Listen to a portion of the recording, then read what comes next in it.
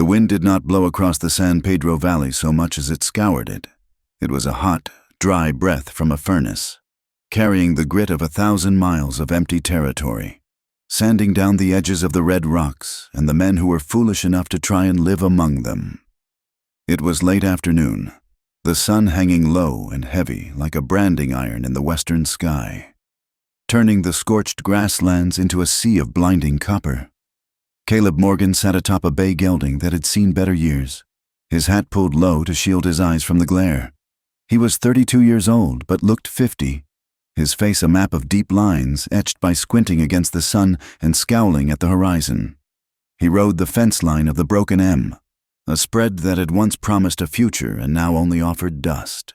The fence was a joke. 3 strands of rusted wire strung between crooked mesquite posts, singing a mournful, high-pitched song in the gale. He reined in the horse and watched a buzzard circle in the distance, a black speck spiraling down toward the dry creek bed. Another calf dead. Likely, or maybe a cow stuck in the mud of a drying waterhole, too weak to pull herself out. Caleb did not spur the horse toward it. He just watched, his jaw set like granite. There was no point in rushing to confirm what the land had already claimed. The isolation of the place was absolute. To the east, the Dragoon Mountains rose up like the jagged teeth of a wolf, blue and hazy in the heat shimmer. To the west, the emptiness rolled on until it fell off the edge of the world. There was no sound but the wind, the creak of saddle leather, and the dry cough of a steer somewhere in the brush. Caleb turned the horse back toward the ranch house. It was a modest structure of adobe and timber, built to withstand arrows and blizzards, but slowly succumbing to the weight of neglect. The barn leaned slightly to the south, listing like a drunkard. The corral poles were bleached bone white, but it was the bunkhouse that told the truest story. It stood separate from the main house, its door shut tight, the windows collecting dust. It had been 3 years since Caleb had let the last of his hands go, unable to pay them with anything but beans and promises. Now, only the ghosts lived there. He dismounted near the trough, pumping water for the horse before taking a ladle for himself. The water was warm and tasted of iron. He stripped the saddle off the gelding, hefting the weight with a grunt, and turned the animal loose into the small paddock. His movements were efficient, mechanical. There was no wasted energy in Caleb Morgan, mostly because he had none to spare. Inside the house, the silence was heavy enough to choke a man. He moved through the dim kitchen, lighting a kerosene lamp against the encroaching dusk. Dinner was the same as it had been for 1,000 nights. Beans heated in a cast-iron skillet, a piece of salt pork if he was lucky, and coffee black enough to float a horseshoe. He ate standing up by the stove, spoon scraping against the metal plate.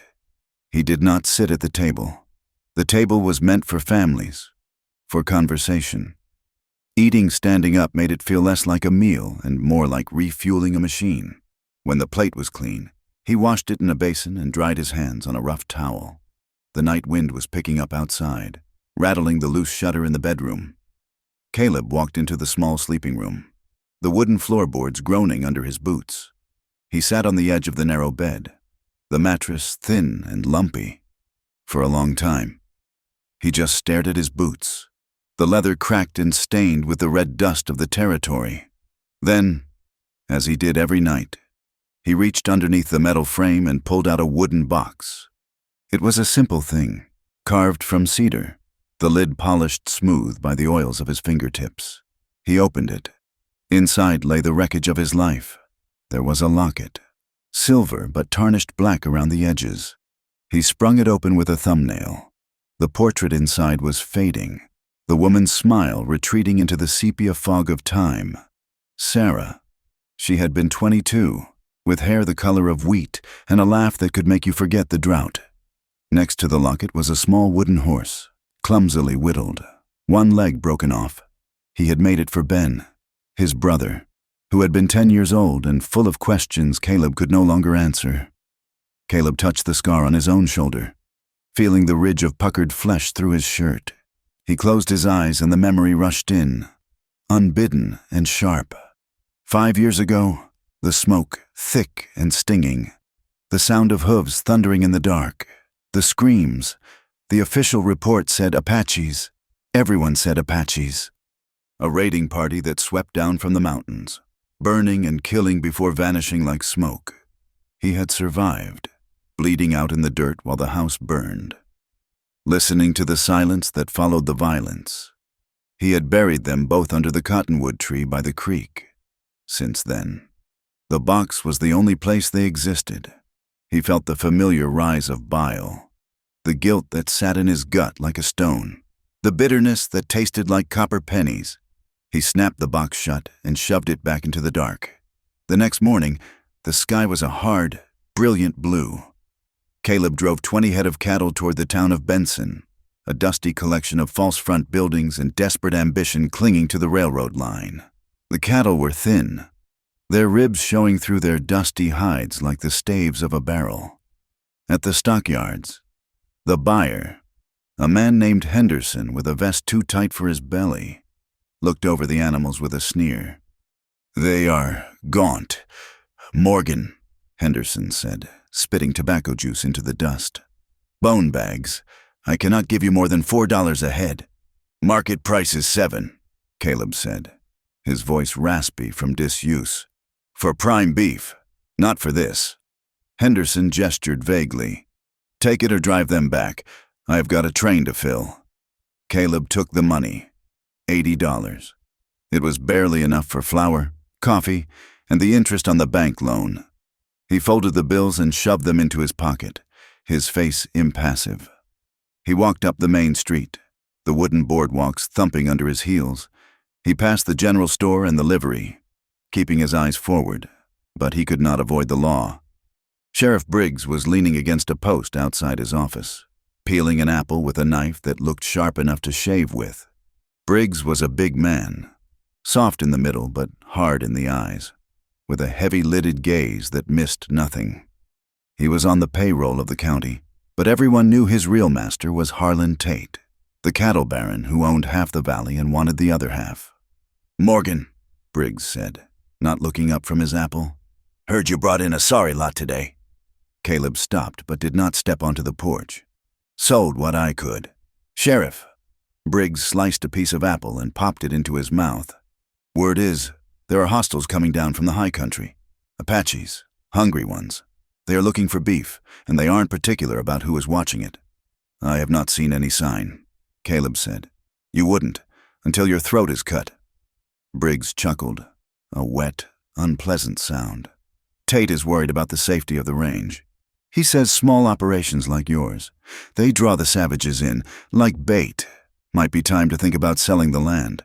Morgan, while you still have a scalp to wear a hat on, tell Tate the land is not for sale," Caleb said, his voice dropping an octave. "And tell him if I catch anyone cutting my wire again, Apache or white, I will leave them for the buzzards." Briggs stopped chewing. He pointed the knife at Caleb. "Careful. Cowboy. A man alone out there. Things happen. Accidents, fires. Be a shame if you ended up like that pretty little fiancée of yours." The rage flared in Caleb's chest, hot and white, but he clamped it down. He tipped his hat, a gesture that looked more like a threat, and walked toward the saloon. The interior of the Golden Steer was dark and smelled of stale beer and sawdust. Caleb ordered a whiskey and stood at the far end of the bar, nursing the glass. A group of men sat at a table nearby, playing poker. He recognized a few, hands from Tate's Double Bar Ranch. "It is a matter of time," one of them was saying loudly. "Tate is going to clear the whole valley. Says the railroad needs security. Says those dirt scratchers and the Indians are all the same, just vermin on good grazing land." "That Morgan fella," another man laughed, slapping a card down. "He is holding on to dirt. Lives out there like a monk. You reckon he is touched in the head?" "Nah," a third man said, leaning back in his chair. "I heard he has got a wife back east, Baltimore or somewhere fancy. She took one look at this dust bowl and ran off. Or maybe he keeps her locked in the cellar." Laughter erupted, coarse and cruel. "A wife? Morgan? Hell, the only thing that man sleeps with is his Winchester. If he had a wife, she is probably glad to be rid of him. A man that cold freezes the bed. Caleb gripped his glass until his knuckles turned white. He stared at his reflection in the mirror behind the bar, a gaunt, hollow-eyed ghost of a man. They were rewriting his tragedy into a joke.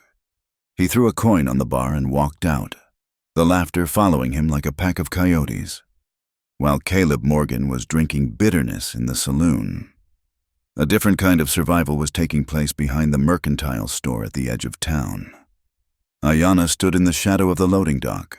She was small but held herself with the tension of a coiled spring. Her hair was black as a raven's wing, tied back with a strip of red cloth, and her dress was a patchwork of deerskin and faded calico, dust-colored to blend with the scrub. She was Apache, a woman of the Inde, and in this town, that made her less than a stray dog. She waited until the shopkeeper's wife came out with a basket of refuse. Ayanna stepped forward, holding out a bundle wrapped in cloth. She did not speak. She simply opened the cloth to reveal intricate beadwork, moccasins stitched with patterns of blue and white, and strips of jerked venison, dried, hard, and lean. The white woman looked around nervously, then snatched the bundle. She handed Ayanna a small sack of flour and a tin of coffee. It was a poor trade, robbery really, but Ayanna's face remained a mask. She nodded once, tucked the supplies into her woven bag, and turned away. She moved through the alleys, invisible. People looked through her, or if they saw her, their eyes narrowed with hatred. She was used to it. She had survived the army camps at San Carlos, where the sickness took more people than the bullets. She had survived the long walk back to the mountains when the promises turned to lies. This town, with its staring eyes, was nothing.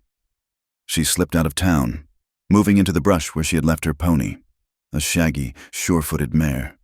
She rode hard, keeping to the low ground, weaving through the arroyos until the town was just a smudge of smoke behind her. Her camp was hidden in a deep, dry wash about 10 miles from Caleb's ranch. It was a place of last resort, a cluster of lean-tos made of mesquite branches and old canvas tarps scavenged from abandoned wagons. It blended perfectly with the brown and gray of the land. As she rode in, a few children ran to meet her, their ribs showing, their eyes large and dark. Ayanna handed the flour to a woman named Dasala, whose face was wrinkled like a dried plum. "Little enough," Dasala muttered, looking at the sack. "The white man's heart is small." "It is enough for tonight," Ayanna said in her own tongue. She dismounted and walked to the fire, where an old man sat whittling a piece of ironwood. His name was Elu, and his left leg was twisted and useless, shattered by a soldier's rifle butt years ago. "You were gone long, daughter," Elu said, not looking up. "The bluecoats patrol near the river. I saw no soldiers," Ayanna said. "Only the town, fat with hate." She sat by the fire, accepting a cup of water. Her mind drifted back to the husband she had lost, Nantan. He had been a warrior, proud and foolish. He had charged the soldiers when they came to the camp, seeking a glorious death. He found it, and then the sickness came to the reservation and took her son, a baby who had never learned to walk. She touched the empty space at her side where a child should be. She felt a flash of anger, not just at the whites, but at the chiefs who argued, the warriors who fought losing battles, and the world that seemed determined to crush them. She had learned to laugh to keep from screaming. She had learned to flirt with danger because safety was a myth. "The spirits are restless," Elu said softly. "The wind carries bad intent. The wind carries dust." "Grandfather," Ayanna said, standing up. "I am going to check the ridge." She climbed the rocky slope above the camp, moving silently in her moccasins. From the high point, she could see for miles. She looked toward the west, toward the Broken M Ranch. She saw the rider there, a small figure against the vastness. Caleb Morgan. She had watched him before. He was different from the other white men. He did not ride in groups. He did not shout. He worked from dawn until starlight, fixing fences that would only break again, branding cattle that would only die of thirst. She watched him dismount and check a water tank, his posture slumped with exhaustion. "He is like a stone," she whispered to herself. He thinks if he stands still enough, the grief will not find him. She had heard the men in town talking once, when she was hiding near the stables. They said he was a man who hated Indians, a man who had lost everything to a raid. But when she looked at him, she did not see a killer. She saw a man who was already dead, just waiting for his body to catch up. She turned her gaze to the north, scanning the approach to the wash. Her breath hitched. Tracks. She scrambled down the rocks to investigate. In the soft sand of the wash bottom, there were hoof prints, shod horses, iron shoes with a distinct bar across the frog. These were not Indian ponies. These were American horses, heavy and ridden hard. She knelt, touching the edge of a print. It was fresh, maybe an hour old. "Scouts," she hissed. If they were soldiers, they would come in force, but these were only 3 or 4 riders. Cattle thieves? Or men from the big ranch? The one called Tate, looking for land to steal? Panic, cold and familiar, rose in her throat. If they found the camp, with the widows and the cripple, it would be a slaughter. They had to move, but Elu could not travel fast, and the children were weak. She looked back toward Caleb's ranch. The tracks were leading that way, looping around toward his herd. Evening came on with a vengeance. The wind howled, kicking up a wall of dust that turned the twilight into a brown, choking fog. Visibility dropped to 50 yards. Caleb was in the saddle, riding the northern perimeter. He had been uneasy since town, the sheriff's words itching at the back of his neck. The cattle were restless, bunching up against the wire. Then he heard it. A whistle, sharp and low. Not a bird, and the crack of a whip. He spurred the bay gelding forward, pulling his Winchester from the scabbard. Through the swirling dust, he saw shapes, riders. They were cutting his herd, driving a group of 20 prime steers toward a breach in the wire. "Hey!" Caleb shouted, the wind tearing the word from his mouth. A muzzle flash blossomed in the gloom. A bullet whipped past his ear, sounding like an angry hornet. Caleb did not hesitate. He levered the rifle and fired into the air, then leveled it and fired again, aiming near the hooves of the lead rider's horse. He wasn't a killer, but he wasn't going to be robbed blind by Tate's hired trash. "Get back!" he roared. The rustlers, surprised by his presence in the storm, scattered. One of them turned in the saddle and fired a pistol. Caleb felt a sudden, searing heat in his side, just above the hip. It felt like being poked with a red-hot branding iron. He grunted, nearly losing his seat, but clamped his knees tight. He fired again, knocking the hat off one of the riders. "Ride!" a voice shouted. "He is crazy!" The thieves broke off, abandoning the cattle and galloping away into the deepening dark, heading toward the rugged canyon country. Caleb pulled his horse up, chest heaving. The cattle were lowing in panic, milling in the dust. He pressed a hand to his side. It came away wet and black in the dim light. "Blood!" "Damn it," he whispered. The adrenaline was fading, replaced by a sick, woozy feeling. But he couldn't let them go. If he didn't track them, didn't see where they went, they would be back tomorrow, or they would circle around to the house. He turned the horse and followed the tracks of the fleeing riders. The bleeding was worse than he thought. Within 20 minutes, the world began to tilt. The dust storm confused the horse, and Caleb's vision swam. He was just hanging on now, guided by stubbornness and the faint trail in the sand. The tracks led toward the dry wash, the same jagged scar in the earth where Ayana's people were hiding. Caleb reached the edge of the embankment. The ground here was treacherous, undercut by flash floods. In the darkness, with the wind screaming, he didn't see the drop-off.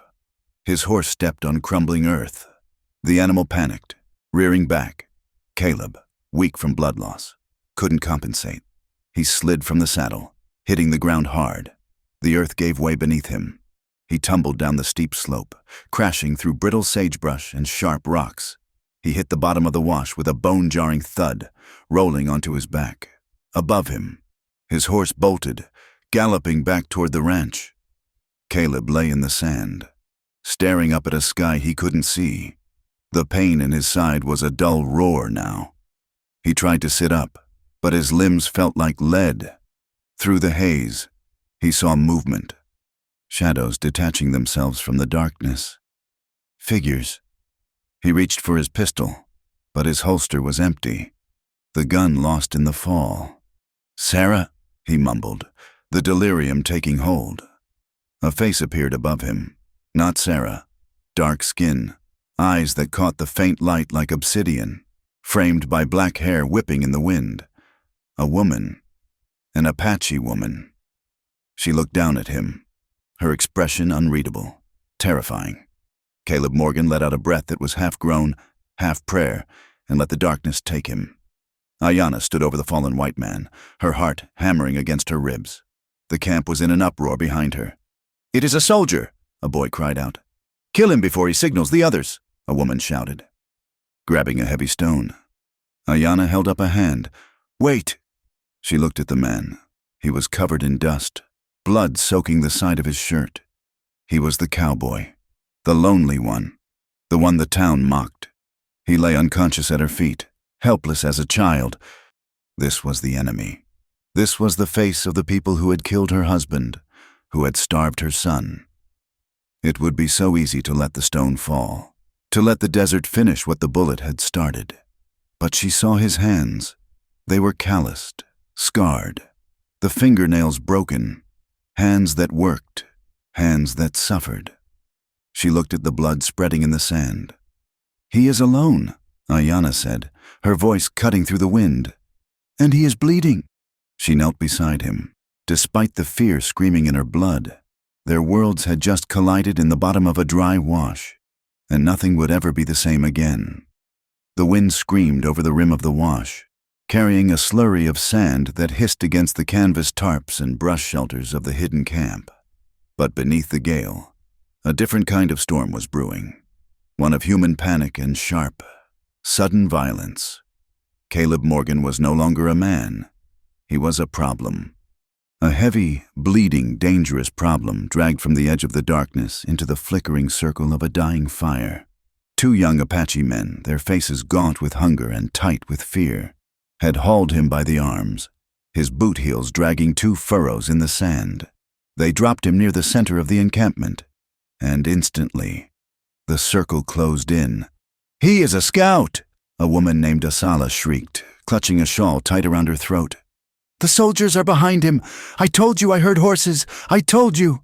"Kill him," a young man named Goyakla growled. He was thin, barely 20, with a hatred that burned brighter than the coals. He pulled a knife from his belt, the blade dull and chipped but deadly enough. "Cut his throat before he wakes and brings the blue coats down on us." "Wait!" The command cracked like a whip. Elu, the elder with the twisted leg, hobbled forward, leaning heavily on his crutch. He peered down at the unconscious figure. "Dead men tell no stories, Goyakla, but they also give no warnings. If the soldiers are close, we need to know." "He will signal them," Dasala cried. "Look at him. He is white. That is enough." Goyakla stepped forward, raising the knife. "I will silence him." Ayanna moved before the thought fully formed in her mind. She stepped between the boy and the prone cowboy, her hands shooting out to grip Goyakla's wrist. Her grip was iron, honed by years of scraping hides and hauling water. "No," she said. Her voice was not loud, but it held a vibration that made the boy hesitate. "Move, Ayanna!" Goyakla spat. "You have a soft heart for the enemy. That is why your husband is dead." The words struck her like a slap. But Ayanna did not flinch. She shoved his hand down. "My husband is dead because he charged without thinking, like you are doing now. Look at him." She pointed a trembling finger at Caleb. The camp fell silent, save for the wind. They looked. Caleb lay on his side, his breath coming in shallow, ragged gasps. His shirt was torn, revealing the dark stain spreading across his ribs. His hat had fallen off, revealing hair matted with sweat and dust, and a face that was not twisted in the cruelty of a soldier, but etched with the deep, exhausted lines of a laborer. "Look at his boots," Ayanna said, her voice dropping. "Heels worn down on the outside. Look at his hands." She knelt and grabbed Caleb's limp hand. turning it palm up to the firelight. Calluses here and here, rope burns, fence scars. This is not an officer who sits in a tent and points a finger. This is a man who works the land until his back breaks. He is still white, Dasala muttered, though the venom had drained slightly from her tone. He is wounded, Ayana said firmly. We are Inde. We fight to survive. We do not butcher unconscious men who fall into our camp by accident. If we kill him, and his friends come looking, they will find a corpse and hunt us to the last child. If we keep him alive, perhaps he is worth something. Worth what? Elu asked, his eyes narrowing. Knowledge, Ayana said. He knows where the water is.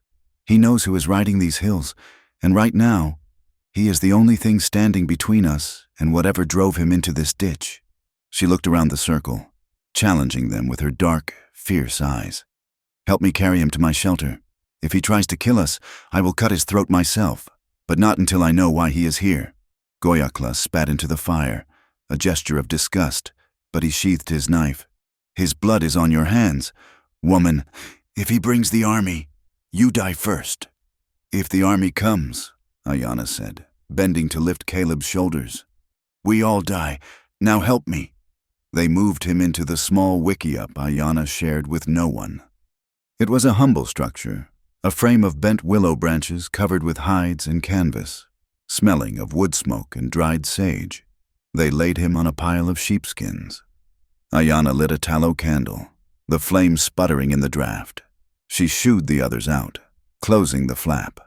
Alone with the enemy, she worked quickly. Her hands, usually rough with work, became precise. She cut away the blood-soaked shirt, exposing the wound. It was a graze, deep and angry, tearing a furrow across his lower ribs.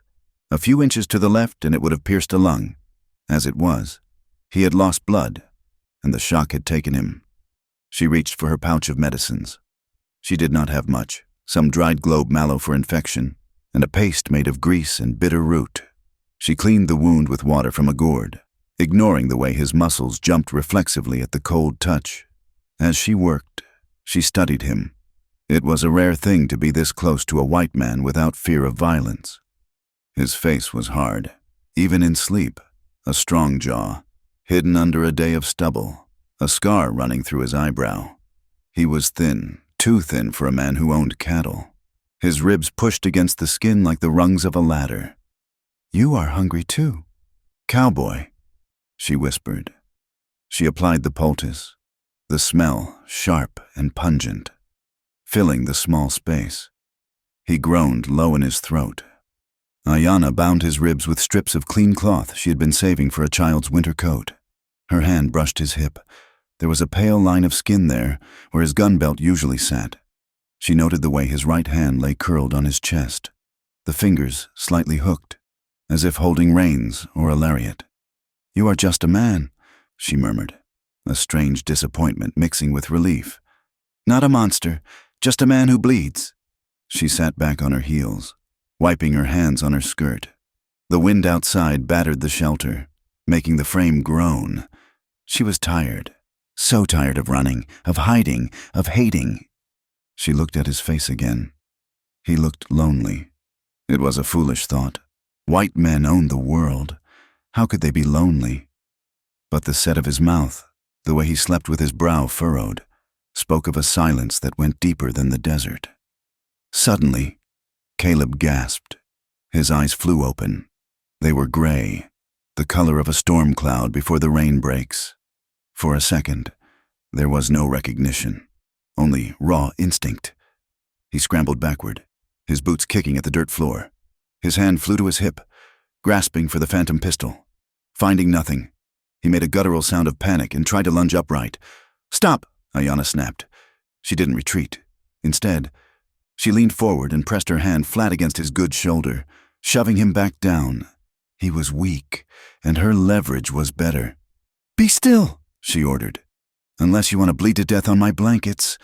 Caleb stared at her, his chest heaving.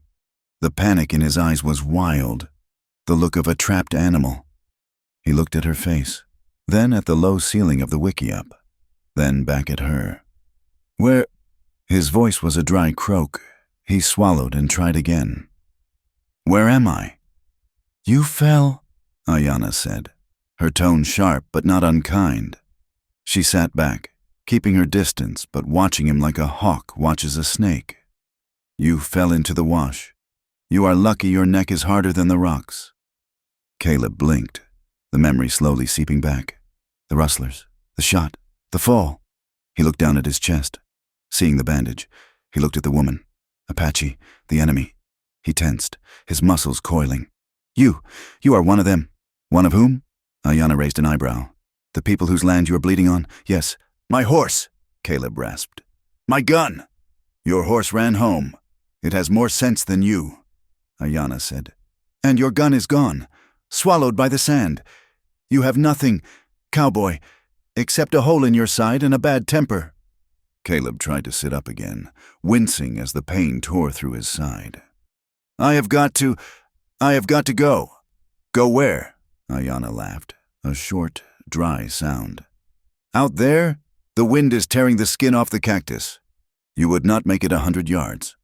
I'm not staying here, Caleb gritted out. With you people?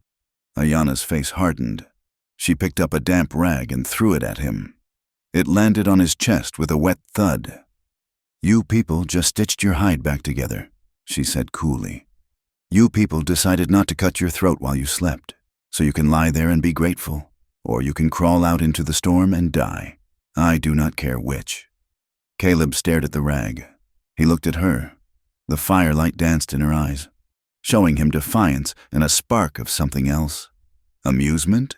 He wasn't used to being laughed at, not by a woman, and certainly not by an Apache. Who are you? He asked. I am Ayana, she said. She pointed a long, brown finger at his boots. And you are a fool. Look at those boots. Good leather. Oiled, but worn down to the nub. You are one of those cowboys who think the land is their wife. You work it, and it gives you nothing but dust. And you still think if you love it enough, it will love you back. Caleb stared at her, stunned. Her words were too close to the truth. I have a ranch, he said defensively. You have a patch of dirt, she corrected. And now you have a fever coming on. Drink this. She held out a gourd of water mixed with willow bark. Caleb hesitated. It is poison, she said deadpan. I spent an hour sewing you up just to kill you with a drink. Drink it. He took the gourd, his hand brushing hers. Her skin was warm, rough like his. He drank. The water was bitter, but it soothed the fire in his throat. Why? He asked, handing it back. Why help me? Ayana looked into the flame of the candle. Because the dead are useless, and because you do not look like a soldier. I am not, Caleb said. Good. Then maybe you will live until morning. Outside, the voices rose again, angry shouts. The argument had not ended. It had only paused. Ayana stood up. Stay here. Do not move. If you come out, they will kill you. She slipped out of the tent, leaving Caleb alone with the shadows and the throbbing pain in his side. Outside, the wind was howling like a banshee, masking the sound of approaching danger, but highlighting the conflict within the camp. A group of men had gathered around the main fire, shielding it with their bodies. Goyakla was shouting, pointing toward the direction of the town. We take him, Goyakla argued, his voice rising over the wind. We ride to the fort. We give him to the bluecoats. We say, look, we found your man. We helped him. Maybe they give us blankets. Maybe they let us stay. They will hang you, Dazala countered. They will say you shot him. They will say we kidnapped him. Better than waiting for them to find us. Ayana stepped into the circle. The firelight caught the sharp angles of her face. Fools, she said. All of you. They turned to her. You think the white soldiers care about one cowboy? Ayana scoffed. If we take him to them, they will arrest us for touching him. If we kill him, they will hang us for murder. We are trapped. Then what do we do, woman? Elu asked, thumping his crutch. We cannot keep a pet white man. We use him, Ayana said. She looked toward the darkness where the rustlers had ridden. He was shot by his own kind. I saw the tracks. White men's horses, men who ride at night. She paused, letting the information sink in. If bad men are hunting him, and they are hunting near us, then we have the same enemy. He knows the land. He knows where the ranch fences are. He knows where the soldiers patrol. He will not talk to us. Goyakla sneered. He hates us. You saw his eyes. He will talk, Ayana said softly, because he wants to live, and because I will make him. She turned and went back to the wickiup. Inside, Caleb had managed to sit up. He was pale, sweat beading on his forehead. He held a piece of firewood like a club. Ayana sighed and snatched the wood from his hand. Put that down. You look ridiculous.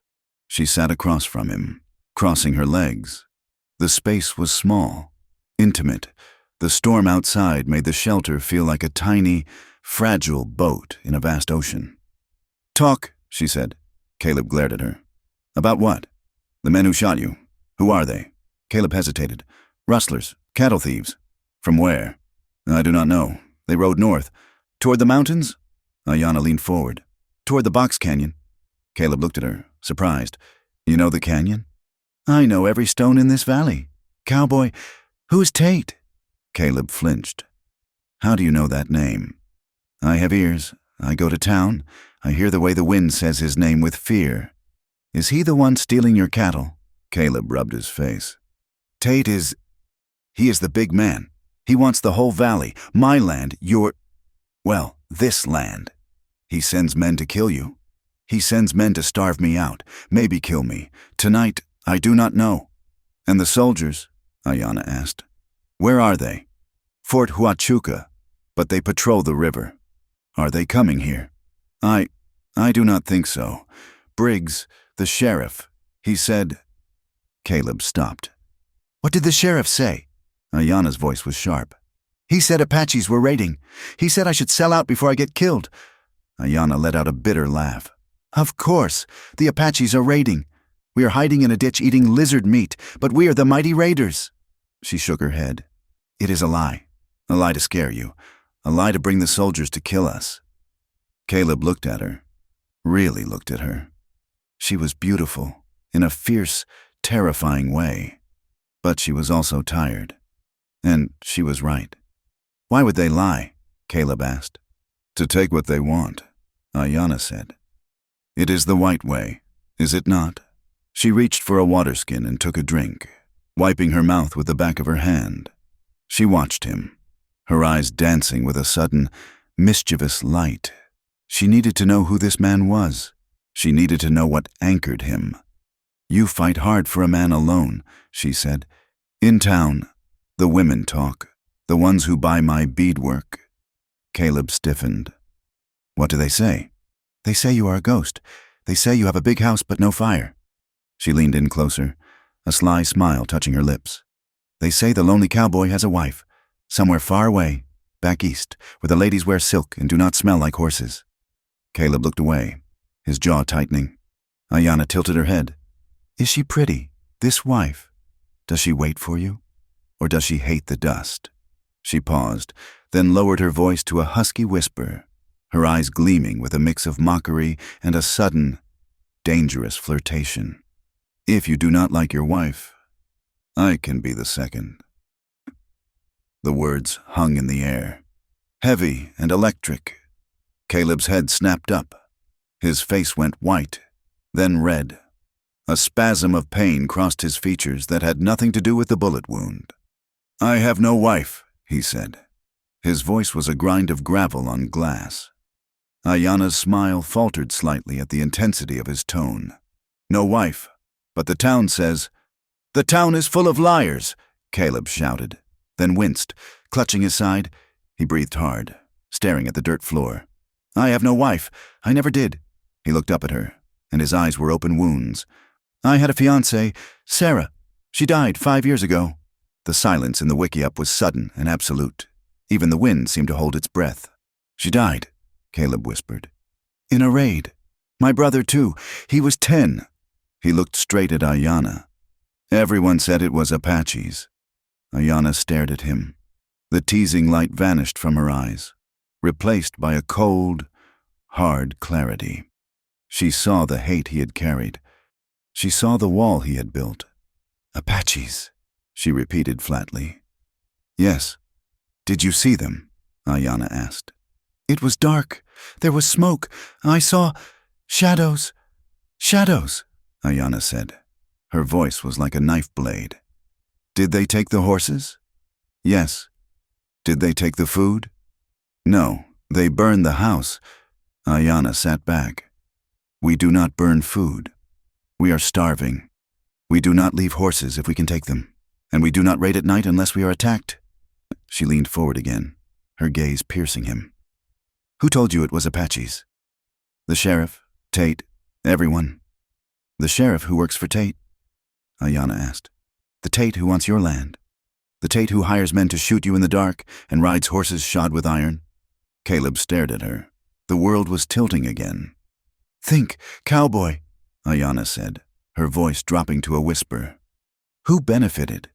My people, who are hunted like wolves, or the man who wants the valley empty?" Caleb closed his eyes. He saw the fire again. He saw the shadows. He remembered finding a spur in the dirt near the burned barn, a spur with a silver rowel. He had never seen an Apache wear spurs. A seed, cold and terrible, cracked open in his chest. It cannot be," he whispered. "The white man's lies are strong," Ayanna said. "They turn neighbors into enemies so they can pick the pockets of the dead." Suddenly, the flap of the wickiup was thrown open. Elu stood there, his hair whipped by the wind. "Ayanna," he shouted. "The storm is bad, but the tracks, the white riders are coming back. They are circling. If they find the horse tracks leading down..." Ayanna sprang up. "We move, now!" She turned to Caleb. "Can you ride?" Caleb struggled to his knees. "I do not know." "You have to," Ayanna said. "Because if you stay here, Tate's men will finish what they started. And if you ride with us, maybe you live long enough to learn the truth." She grabbed his arm and hauled him up. He groaned, leaning heavily against her. She was small, but she was solid, her body radiating heat and strength. They stumbled out into the night. The storm was a roaring beast now. Sand stung their faces like buckshot. The camp was in chaos, people dismantling shelters, dousing fires, calm urgency in every movement. "Get him a horse," Ayanna shouted to Goyakla. The young man glared, but led a spare pony over. It was a scrawny beast with no saddle, just a blanket and a rope halter. "You ride with me," Ayanna yelled over the wind to Caleb. "You are my prisoner. Do you understand? If we see soldiers, you tell them we saved you. If you try to run, I will shoot you myself." "I cannot run," Caleb muttered, gripping the pony's mane. "I can barely stand." He tried to mount, but his leg gave way. He stumbled backward, falling toward the sand. Ayanna caught him. She grabbed his arm, her other hand bracing his chest. For a moment, they were frozen there, pressed together in the howling dark. Her hair whipped across his face, smelling of smoke and rain. His hand clutched her shoulder to keep from falling. They were inches apart, mouths full of dust, eyes locked. In that instant, the hate and the history and the lies didn't matter. There was only the heat of her skin through his thin shirt, the strength of her grip, and a jolt of electricity that went straight to his groin and his heart. It was fear. Yes, it was anger. But it was also something else, a sudden, desperate recognition of another soul as broken and stubborn as his own. Ayanna's breath hitched. She stared up at him, her lips parted. She saw the man, not the enemy, and she saw that he was looking at her, not as a savage, but as a lifeline. She shoved him toward the horse, breaking the spell. "Get up," she said, her voice trembling slightly. "Ride, Caleb Morgan, or die." Caleb gritted his teeth and hauled himself onto the pony's back. He wrapped the rope around his hand. He looked down at her. "Lead the way," he said. Ayanna swung onto her own mare. She did not look back at him. She kicked her horse into a trot, leading her people and their captive ghost into the teeth of the storm, toward the deep black safety of the mountains. The land rose up against them like a wall of broken teeth. They had left the sweeping dust of the valley floor for the treacherous, winding spine of the Dragoon Mountains. Here, the earth was not merely dry, it was skeletal. Great ribs of granite jutted from the soil, casting long, sharp shadows that looked like knife cuts across the trail. The air grew thinner and colder as they climbed. The wind, which had been a hammer in the lowlands, was now a knife, slicing through coats and shirts to bite at the skin beneath. Sound traveled differently here. The strike of a hoof on stone echoed like a gunshot, bouncing off the canyon walls 3 or 4 times before fading into the vast, ringing silence. Caleb Morgan rode his borrowed pony with a grim determination. The animal was small, its gait choppy compared to his big bay gelding, and every jarring step sent a fresh spike of fire through the bullet graze in his side. He gritted his teeth, refusing to make a sound. He was a prisoner, or a guest, or a liability. He was not sure which, but he would be damned if he would be the weak link. Ayanna rode beside him. She did not look at him, her eyes constantly scanning the ridge lines and the scree slopes for movement. She sat her mare with an effortless grace, her body moving in perfect rhythm with the animal. She looked like she had grown out of the rock itself, as natural and dangerous as a coiled rattlesnake. "You ride heavy," Ayanna said without turning her head. Her voice was carried away almost instantly by the wind, but Caleb heard it. "Like a sack of grain." "I ride like a man with a hole in his side," Caleb shot back. "And this pony has a gait like a 3-legged mule. That pony has survived drought, wolves, and soldiers," Ayanna said. "He is tougher than you. Give him his head and stop fighting him. You fight everything. Caleb Morgan, the horse, the land, the truth." Caleb shifted his weight, trying to find a position that didn't tear at his stitches. "A man fights to keep what is his. And what is yours?" Ayanna asked, looking at him now. Her eyes were dark pools, unreadable. "The dust, the empty house, the ghosts." "My name," Caleb said stiffly. "My place?" "Your place," Ayanna scoffed. She gestured at the towering rock formations around them. "My people have walked these canyons for 10 generations. My grandmother was born in that cave up there. My father hunted deer in this wash before your grandfather ever saw an ocean. You put up a wire fence and think you own the world. It is like a flea claiming he owns the dog." "We built things," Caleb argued, though his heart wasn't fully in it. "We built towns, wells, ranches. You built scars," Ayanna corrected. "You dig holes, you chop trees, you scare the game away. And then you complain that the land is hard." She nudged her horse ahead, guiding them around a perilous drop-off where the trail narrowed to a few feet of crumbling shale. Caleb followed, staring at her straight, rigid back. She was infuriating, she was arrogant, and she was right. They rode in silence for a long time, the only sound the clatter of stones. The sun began to dip, painting the sky in violent shades of violet and bruised orange.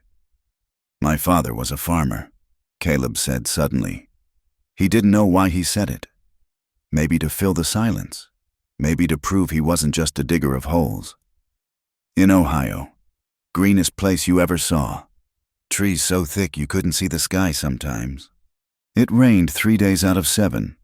Ayanna slowed her horse, letting him catch up. "Why did you leave the green place for this?" "Too many people," Caleb said. "Fences everywhere. Neighbors watching you breathe. My father, he was a hard man. He thought the Bible was a hammer to beat his sons with. I wanted somewhere where the horizon didn't end at the neighbor's barn." "So you came to the Apache land because it was empty," Ayanna said. It wasn't a question. "I thought it was," Caleb admitted. "I was young, stupid. I thought a man could just ride out and be free. Freedom is expensive," Ayanna said quietly. "My mother told me that the mountains are the only true freedom because they do not care if you live or die. You have to earn your breath here every day." "Your mother?" Caleb asked. "Is she with the group ahead?" Ayanna's face tightened. "She died at San Carlos. The fever.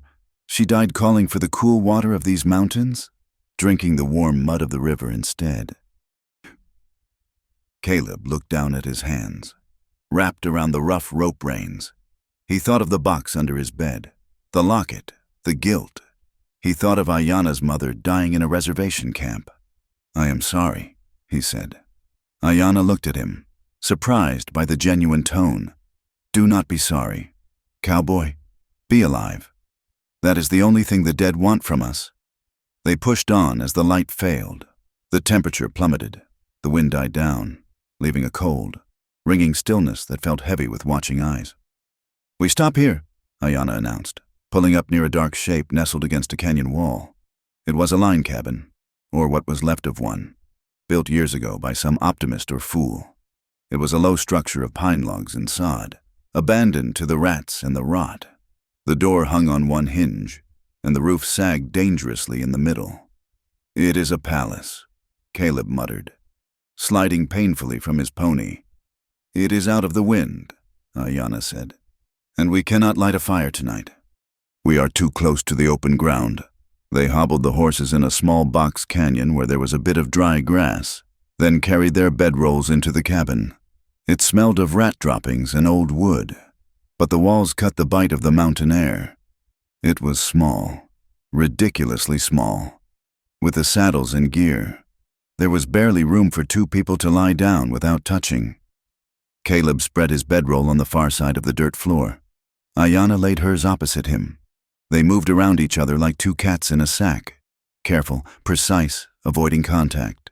They ate a cold meal of dried meat and hard biscuit, washing it down with water from the canteens. The darkness inside the cabin was absolute once the sun was fully gone. The only light came from the stars visible through the cracks in the roof and the open doorway. Caleb lay back, pulling his coat tight around him. The cold was seeping into his bones. His wound throbbed with a dull, sickening rhythm.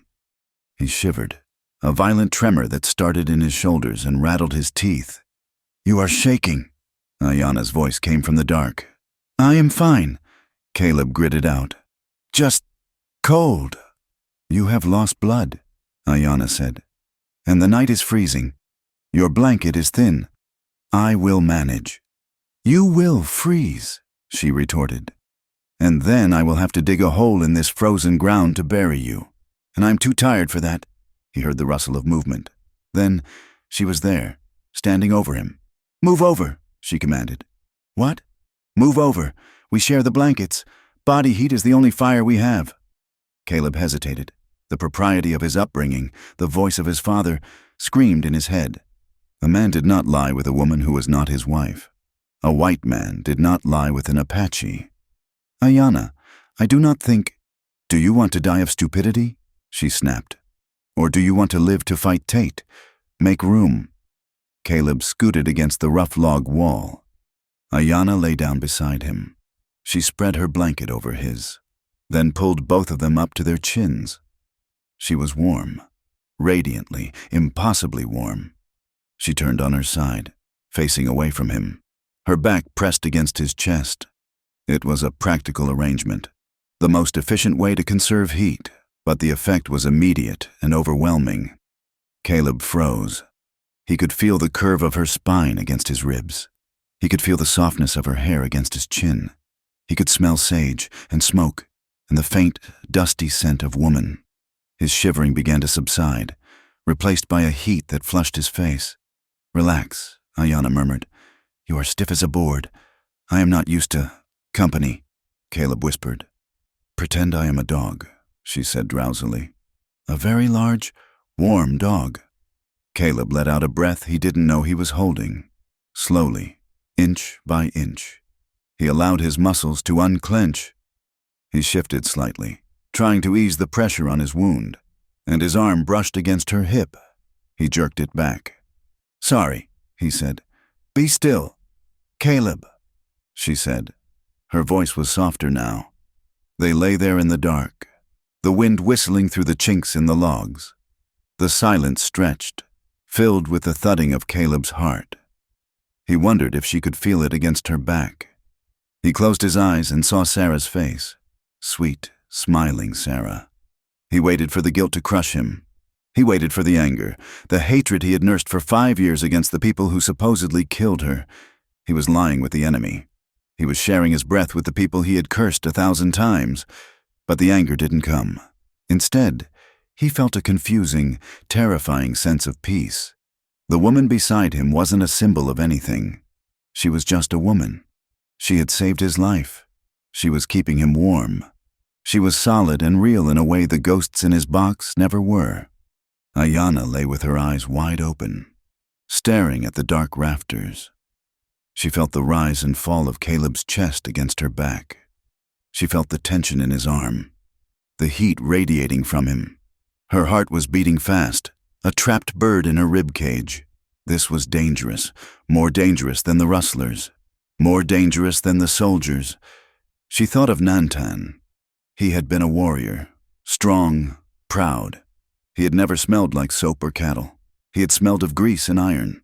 She had loved him with a fierce, possessive pride. But he was gone. And here was this white man, this broken, angry, quiet man who looked at her sometimes like she was a riddle he desperately wanted to solve. Desire curled in her belly, warm and heavy. It frightened her. If she let herself want him, really want him, what would happen? He was white. He would leave, or he would be killed, or her people would cast her out. To love a white man was to invite betrayal. It was to invite the end of her world. She clamped her jaw shut. She would not want him. She would use him. She would survive him. Go to sleep, cowboy, she whispered into the dark, a command to herself as much as to him. Good night, Ayanna, Caleb replied. His breath stirred the hair near her ear. They did not sleep for a long time. They lay together in the dangerous dark, two enemies keeping the cold at bay, listening to the wind and the terrifying sound of their own hearts beating in time. Morning came with a brutal clarity. The sun struck the peaks with gold fire, but the air in the canyon remained frigid. They broke camp quickly, awkwardness hanging between them like a fog. They didn't talk about the night. They didn't look at each other as they rolled the blankets. The intimacy of the darkness evaporated in the harsh light of day, leaving behind a residue of shame and confusion. They rode out, heading deeper into the maze of rocks. Around mid-morning, Ayanna pulled her mare up sharp. Wait, she said. She slid from her horse and crouched near a patch of soft sand in the lee of a boulder. Caleb dismounted painfully and joined her. Tracks, she said, pointing. Caleb looked. They were horse tracks, fresh, maybe a few hours old. They cut across the trail Ayanna was leading them on, heading toward the high pass. He knelt, studying the imprint. It was a shod hoof, but not just any shoe. The left hind shoe had a distinctive bar across the heel, a corrective shoe for a horse with navicular issues. Caleb's blood ran cold. I know this horse, he said. Ayanna looked at him. Whose? One of the men who hit my herd, Caleb said, his voice low and dangerous. I saw the tracks in the mud near the water tank 2 days ago. It is a big sorrel. I saw it under the flash of the gun. He stood up, scanning the cliffs above them. They are not just rustling cattle. Ayanna, they are hunting us. Ayanna stood, her hand resting on the knife at her belt. Hunting you, Caleb said. Or hunting me. It does not matter. They are here. They are ahead of us, Ayanna said, calculating. They are heading for the Box Canyon. They think we will go to the water there. Then we have them, Caleb said. His eyes hardened. The confusion of the night was gone, replaced by the cold logic of a man who knew how to handle a rifle. We can cut through the scree slope, get above them at the narrows. We can drop rocks on them, ambush them, wipe them out. Ayanna looked at him as if he were mad. Ambush them? There are 4 of them, maybe more. We are 2, and you have a hole in your side. I can shoot, Caleb said. We have the high ground. If we take them out, Tate loses his eyes in these mountains. No, Ayanna said firmly. We do not fight. We disappear. We cannot run forever, Caleb argued, his voice rising. They will track us. They have a good tracker. I can tell by the way they ride. If we do not stop them, they will find the rest of your people. If we fight and get killed, they will definitely find my people. Ayanna snapped. The Inde do not fight battles we cannot win. That is the white man's way, dying for glory.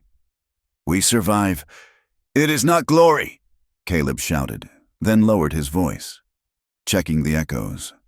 "It is defense. Sometimes the only way to survive is to kill the wolf.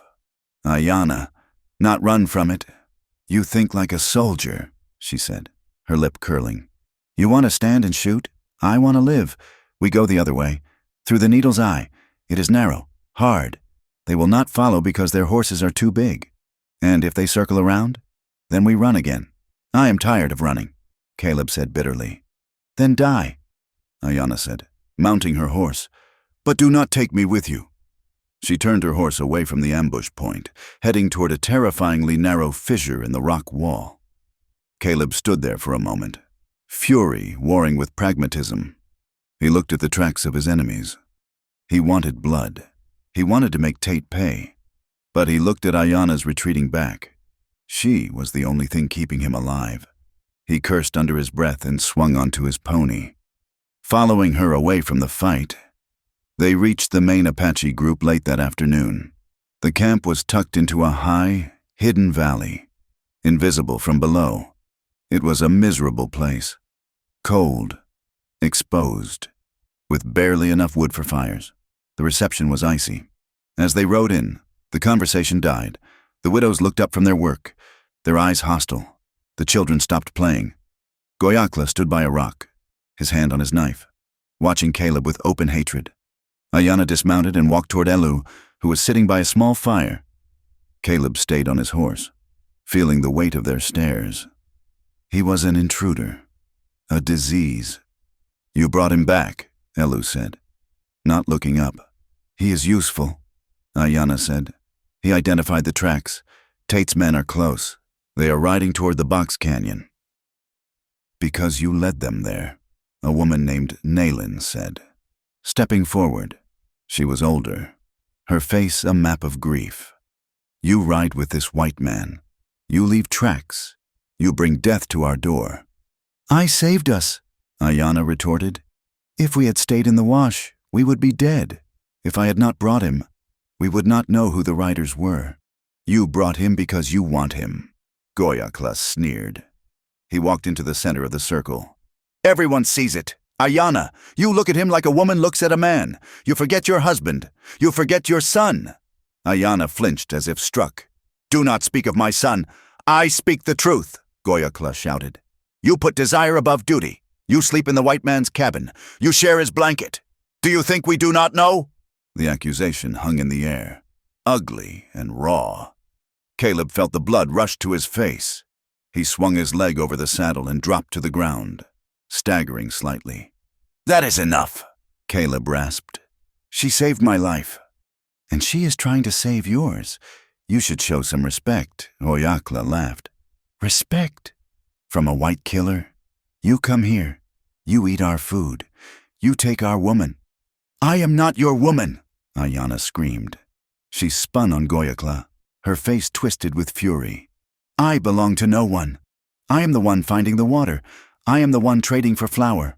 While you sit here and sharpen knives you are too afraid to use," she turned to the circle of women.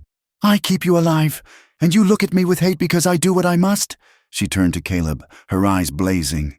"And you stand there with your frontier justice, telling me to fight, telling me to be brave. You are a burden. Caleb Morgan, you slow us down. You eat our food. You bring your enemies to our trail. I should have left you in the wash." "Maybe you should have," Caleb shouted back, the frustration of the last 2 days boiling over. "I never asked you to save me."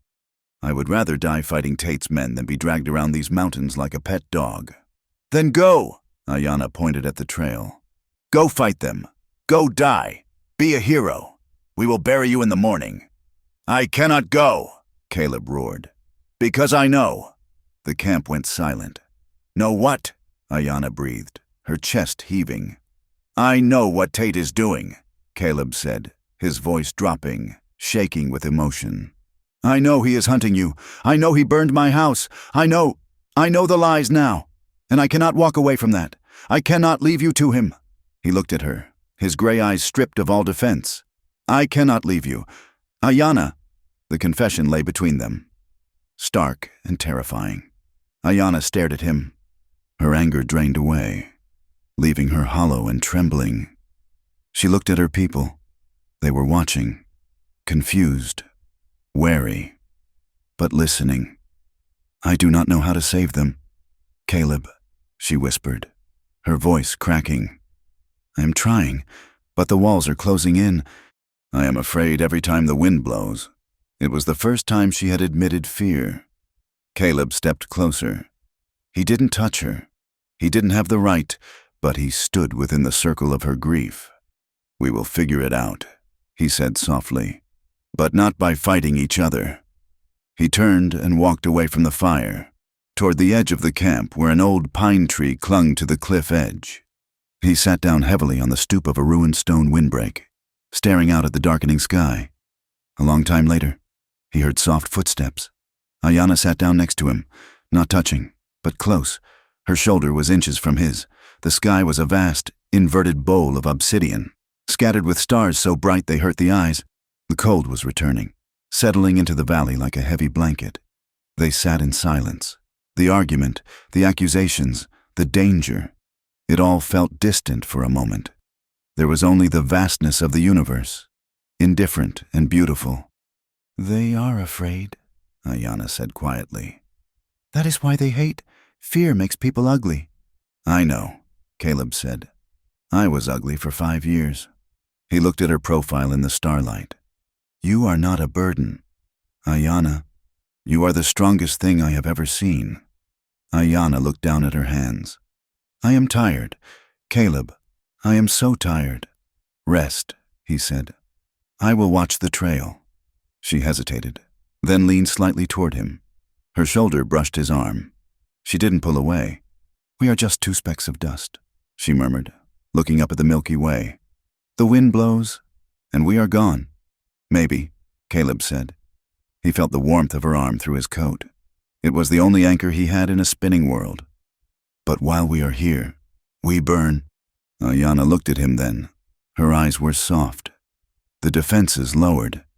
"Yes," she whispered. "We burn." They sat there as the moon rose, 2 outcasts on the edge of the world, acknowledging silently that in all this cold, empty darkness, the only warmth worth fighting for was sitting right beside them. The higher they climbed, the more the land seemed to hold its breath. The Dragoon Mountains were a fortress of silence, broken only by the wind hissing through the needle grass and the occasional clatter of shale under a hoof. But even here, the poison of the lowlands found its way up. They found the signs on the 3rd day. First, it was the smell, acrid and faint, drifting on the updrafts.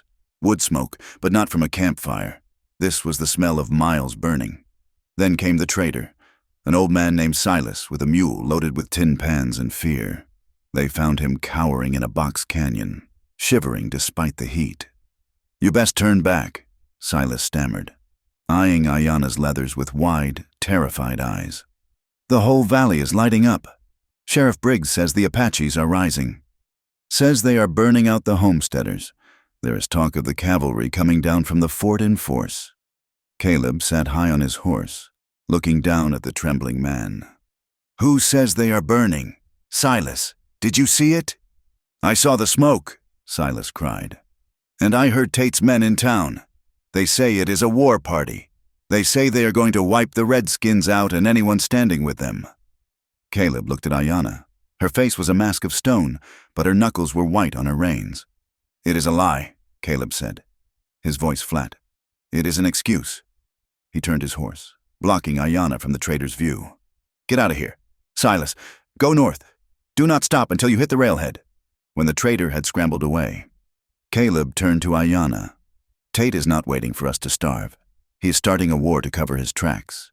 If the army comes down here believing there is an uprising, they will sweep these mountains clean. Your people, they will be caught in the net."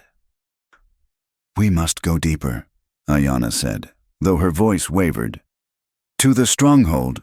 "No," Caleb said. "Running only proves you are guilty in their eyes. I have to go back.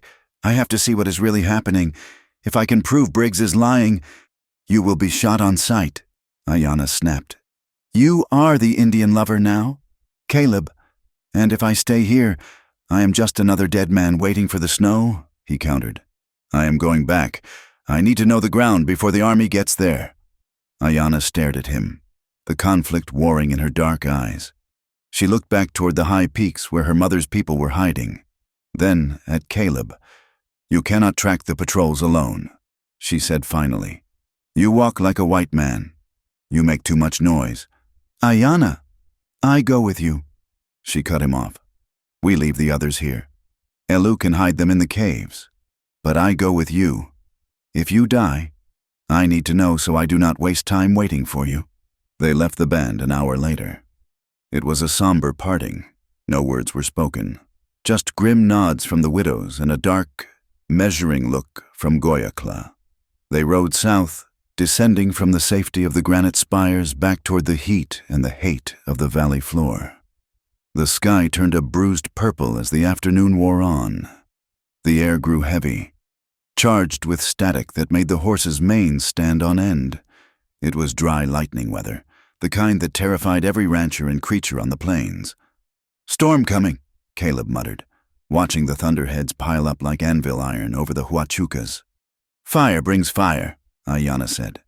The first bolt struck the ridge to their east, a jagged tear in the fabric of the world, followed instantly by a crack of thunder that shook the ground. There was no rain, just the electric violence of the sky hammering the parched earth. Within minutes, they saw the smoke. It didn't start as a wisp. It exploded. The lightning had struck a patch of cheatgrass dried to tinder, and the wind, gusting ahead of the storm fronts, grabbed the flame and ran with it. We have to cross the wash, Caleb yelled over the rising wind. Before it cuts us off! They spurred their mounts. The horses, sensing the primal danger, lengthened their strides. But the fire was faster. It raced along the ridge line, pouring down the slopes like liquid orange water.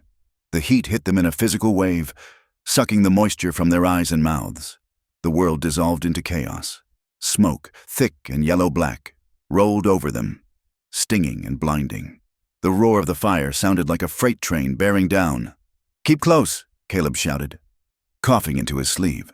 They galloped through a narrow gap in the brush, the flames licking at the scrub oak on either side.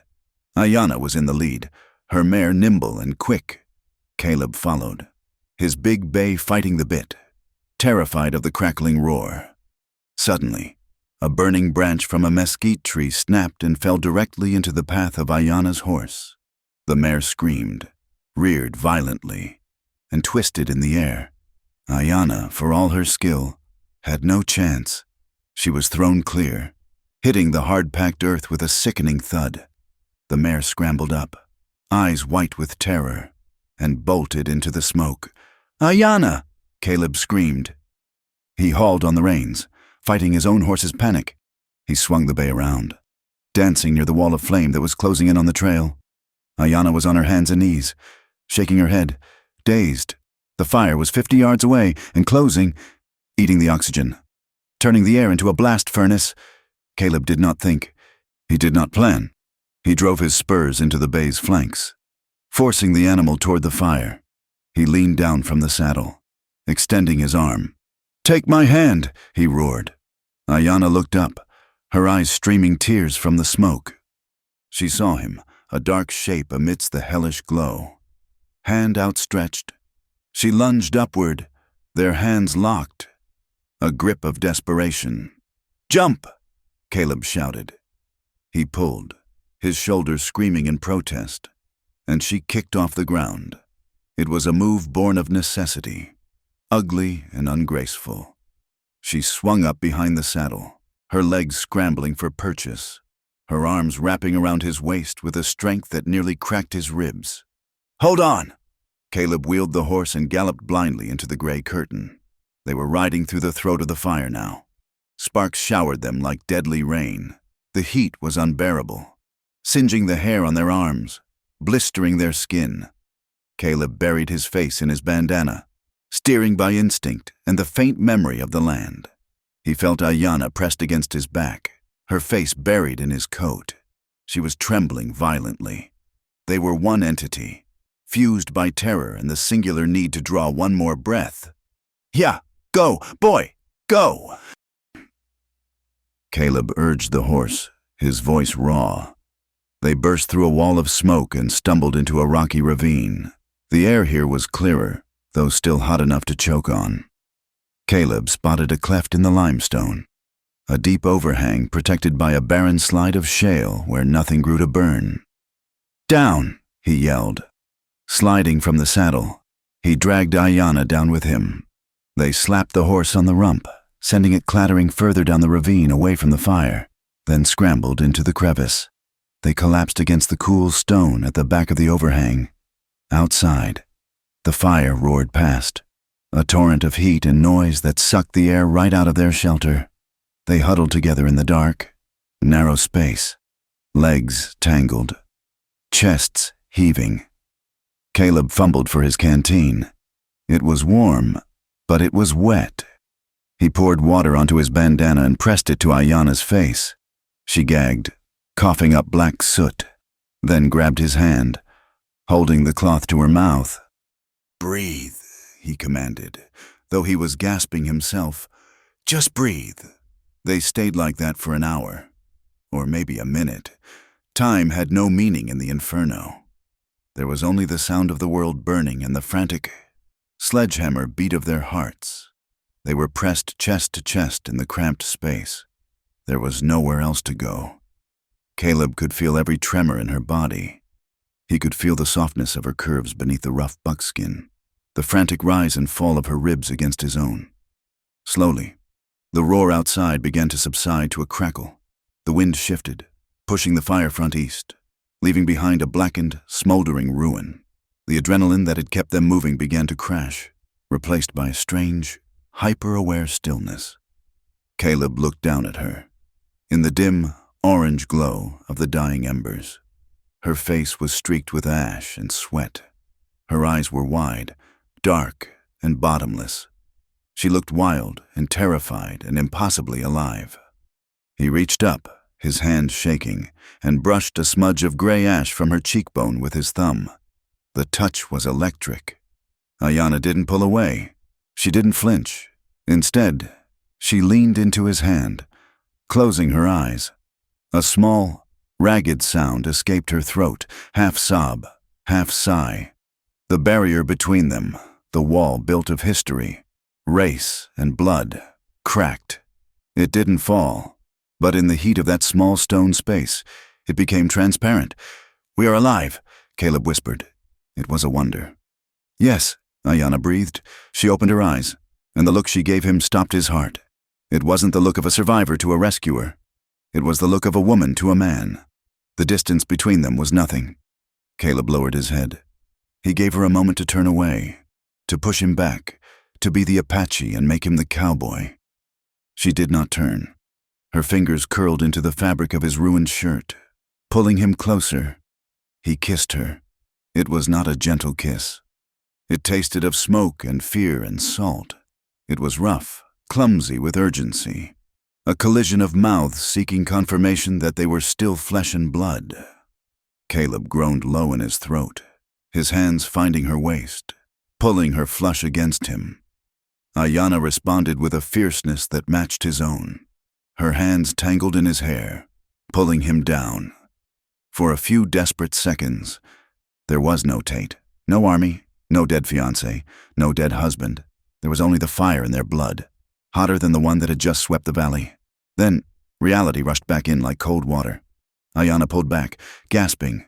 She shoved against his chest, her eyes wide with sudden panic. "No," she whispered. "No, we cannot." Caleb stayed where he was, his hand still hovering near her waist, his breathing ragged. "Ayanna, this is death," she said, her voice trembling. "If we do this, if my people know, if your people know." She shook her head violently. "They will kill us both." "It is forbidden. It is wrong." Caleb looked at her, seeing the fear that went deeper than the fire. He saw the centuries of war in her eyes. "The land has taken everything from me," he whispered, his voice hoarse. "It took my brother. It took Sarah. It took my sweat and my blood. It took your husband. It took your child." He reached out, taking her hand. She tried to pull it away, but he held on. "I am tired of the land taking. Ayanna, I am tired of death deciding who I can touch." "You are white," she said, tears cutting tracks through the soot on her face. "You will remember that when the sun comes up. You will remember who I am." "I know who you are," Caleb said, fierce and low. "You are the woman who saved my life. You are the woman who is keeping me alive right now." He squeezed her hand. "Then let it go." "But I will not force you, not ever." Ayanna stared at him, her chest heaving. She didn't move closer, but she didn't move away. They sat in the dark, listening to the cooling earth crack and settle, the ghost of the kiss burning on their lips. The dawn broke gray and dismal over a blackened world. The smell of wet ash was overpowering. The landscape was a skeleton of its former self, charred mesquite skeletons, black earth, and wisps of smoke rising like spirits from the ground. They found Caleb's horse a mile down the wash, singed and skittish but sound. They rode double again, but this time the closeness was torture. Ayanna sat stiffly behind him, her hands holding his belt lightly, careful not to press against him. Caleb felt the distance like a physical weight. The shame of the night before sat heavy in his gut. Had he taken advantage of her fear? Had he been just another white man taking what he wanted? He kept his eyes on the horizon, his jaw set. He resolved that he would not touch her again. He would not speak of it. He would focus on the mission. That was safe. That was clean. They reached the ridge overlooking the town of Benson by mid-morning. They left the horse in a thicket of unburned scrub and crept forward on foot, belly crawling through the sage until they could look down onto the main street. The town was buzzing like a kicked hive. Wagons were circled near the livery. Men were gathered in the street, armed with rifles and shotguns. "Look," Ayanna whispered, pointing. On the porch of the mercantile, standing on a crate, was Harlan Tate. He was a big man, broad-shouldered, wearing a suit that cost more than Caleb's ranch. Beside him stood Sheriff Briggs, looking grim and official. The wind carried Tate's voice up to the ridge. He was an orator, knowing exactly how to pitch his voice to stoke the fires of fear. "And I tell you, friends, this fire was no accident," Tate bellowed, gesturing to the smoke-stained horizon. "It is the signal for the uprising. They are burning our range to starve us out, and then they will come for your homes. They will come for your wives." A roar of anger went up from the crowd. "We have tolerated these savages too long," Tate yelled. "And we have tolerated the men who coddled them. Men like Caleb Morgan." Caleb stiffened, his fingernails digging into the dirt. "Morgan is out there right now," Tate shouted. "Hiding in the hills. And why? Because he has turned. He has taken up with a squaw. He has turned his back on his own race to lay with the enemy. He is a traitor," someone in the crowd screamed. "His land," Tate continued, his voice dropping to a sympathetic baritone, "is a blight. It harbors the enemy. But do not worry. When the army comes, and they are coming. Friends, I sent the telegram myself. We will reclaim that land. We will put it to better use. We will make this valley safe for white families again." Caleb felt sick. They were twisting everything. His isolation, his tragedy, his survival. It was all fuel for Tate's ambition. "Come," Ayanna whispered, tugging on his sleeve. "We need to hear what they say when the crowd is gone." "It is too dangerous," Caleb hissed. "They are all in the street," she said. "The back of the saloon will be empty. We need to know when the soldiers are coming." She was right. They slipped down the backside of the ridge, moving like ghosts through the shadows of the buildings. The town smelled of dust and fear. They reached the alley behind the Golden Steer Saloon. The wood was rotting, full of knotholes. They crouched in the dirt, hidden by a stack of empty whiskey barrels. Inside, they heard heavy footsteps and the clink of glass. "You had them eating out of your hand, Harlan?" Briggs' voice drifted through the wall. "That bit about Morgan turning traitor, that was a nice touch. It is the truth, isn't it?" Tate's voice was slurred. He was drinking early. "He is out there with them. Makes it easier. When we shoot him, we can say he was leading a raid. Just be sure the army doesn't look too close. Briggs warned. "If they find out the fire was started by your boys." "My boys know how to keep their mouths shut," Tate snapped. "Just like they did 5 years ago." Caleb froze. His breath stopped in his throat. Beside him, Ayanna went perfectly still. "I do not like bringing that up," Briggs muttered. "That was messy. The woman and the kid. Collateral damage," Tate scoffed. "Necessary? Morgan's old man wouldn't sell. Stubborn old fool. And Caleb was set to inherit. I needed those water rights. Briggs, I needed the creek. Yeah, well," Briggs sighed, "dressing those drifters up in paint and feathers. It was a risk. If one of them had been caught." "But they weren't caught," Tate said, the sound of liquid pouring into a glass following. "Because I hired the right trash. We burned them out. We blamed the Apaches, and the whole county thanked me for chasing off the raiders. It worked then, and it will work now. We paint a few more cows, burn a few more shacks, and the army will clear out those widows in the mountains for good. And then, the valley is mine." Caleb felt the world tilt on its axis. The ground beneath him seemed to liquefy. 5 years. 5 years of hating the sight of the mountains. 5 years of looking at an Apache face and seeing a murderer. 5 years of guilt that he hadn't been fast enough, strong enough to save Sarah and Ben from the savages. It was a lie, all of it. Sarah hadn't been killed by Apaches fighting for their land. She had been killed by a white businessman in a silk vest who wanted water rights. She had been killed by greed. The bile rose in Caleb's throat, hot and bitter. He staggered back from the wall, his boots scraping in the dirt. He couldn't breathe. His chest felt like it was caved in. "Caleb," Ayanna whispered. He looked at her. His eyes were wild, bloodshot, terrifying. Tears streamed down his face, cutting through the grime. "It wasn't you," he choked out, his voice barely audible. "It wasn't your people." He looked at his hands. He wanted to rip them off. He wanted to burn the world down. "He killed them," Caleb whispered, the realization hitting him like a physical blow. "Tate, he killed Sarah. He killed Ben. And I have been blaming you." He slumped against the rough wood of the saloon wall, sliding down until he hit the dirt. He buried his face in his hands, his shoulders shaking with silent, racking sobs. It wasn't just grief. It was the horror of a hatred that had been manufactured, a racism that had been carefully cultivated to make him a pawn. Ayanna watched him. She saw the structure of his reality shatter. She saw the moment the white man's certainty broke against the rock of the truth. She didn't touch him. Not yet. She knelt in the dust across from him, watching his pain. It was a pain she knew. She knew what it was to be told that your loss was necessary for someone else's progress. She knew what it was to be a prop in a story written by men like Tate. Their tragedies are not opposite, she thought, watching him weep. They are the same. She looked at the back of the saloon, her eyes hard and cold. She reached out and placed a hand on Caleb's knee. "Now you know," she whispered. "Now you see the world as it is. Caleb Morgan, not as they told you it was." Caleb looked up. His gray eyes were no longer clouded with confusion. They were clear, and they were burning with a cold, deadly light.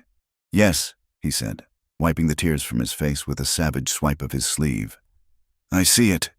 He stood up, his hand going to the empty holster at his hip. "And I am going to kill him." "No," Ayanna said, standing with him. "Not like this. Not alone. If you kill him now, you are just a crazy man with a gun. You die, and the lie lives on. We need to kill the lie first." Caleb looked at her. He took a deep, shuddering breath. "How?" "We go back," Ayanna said. "We get the others.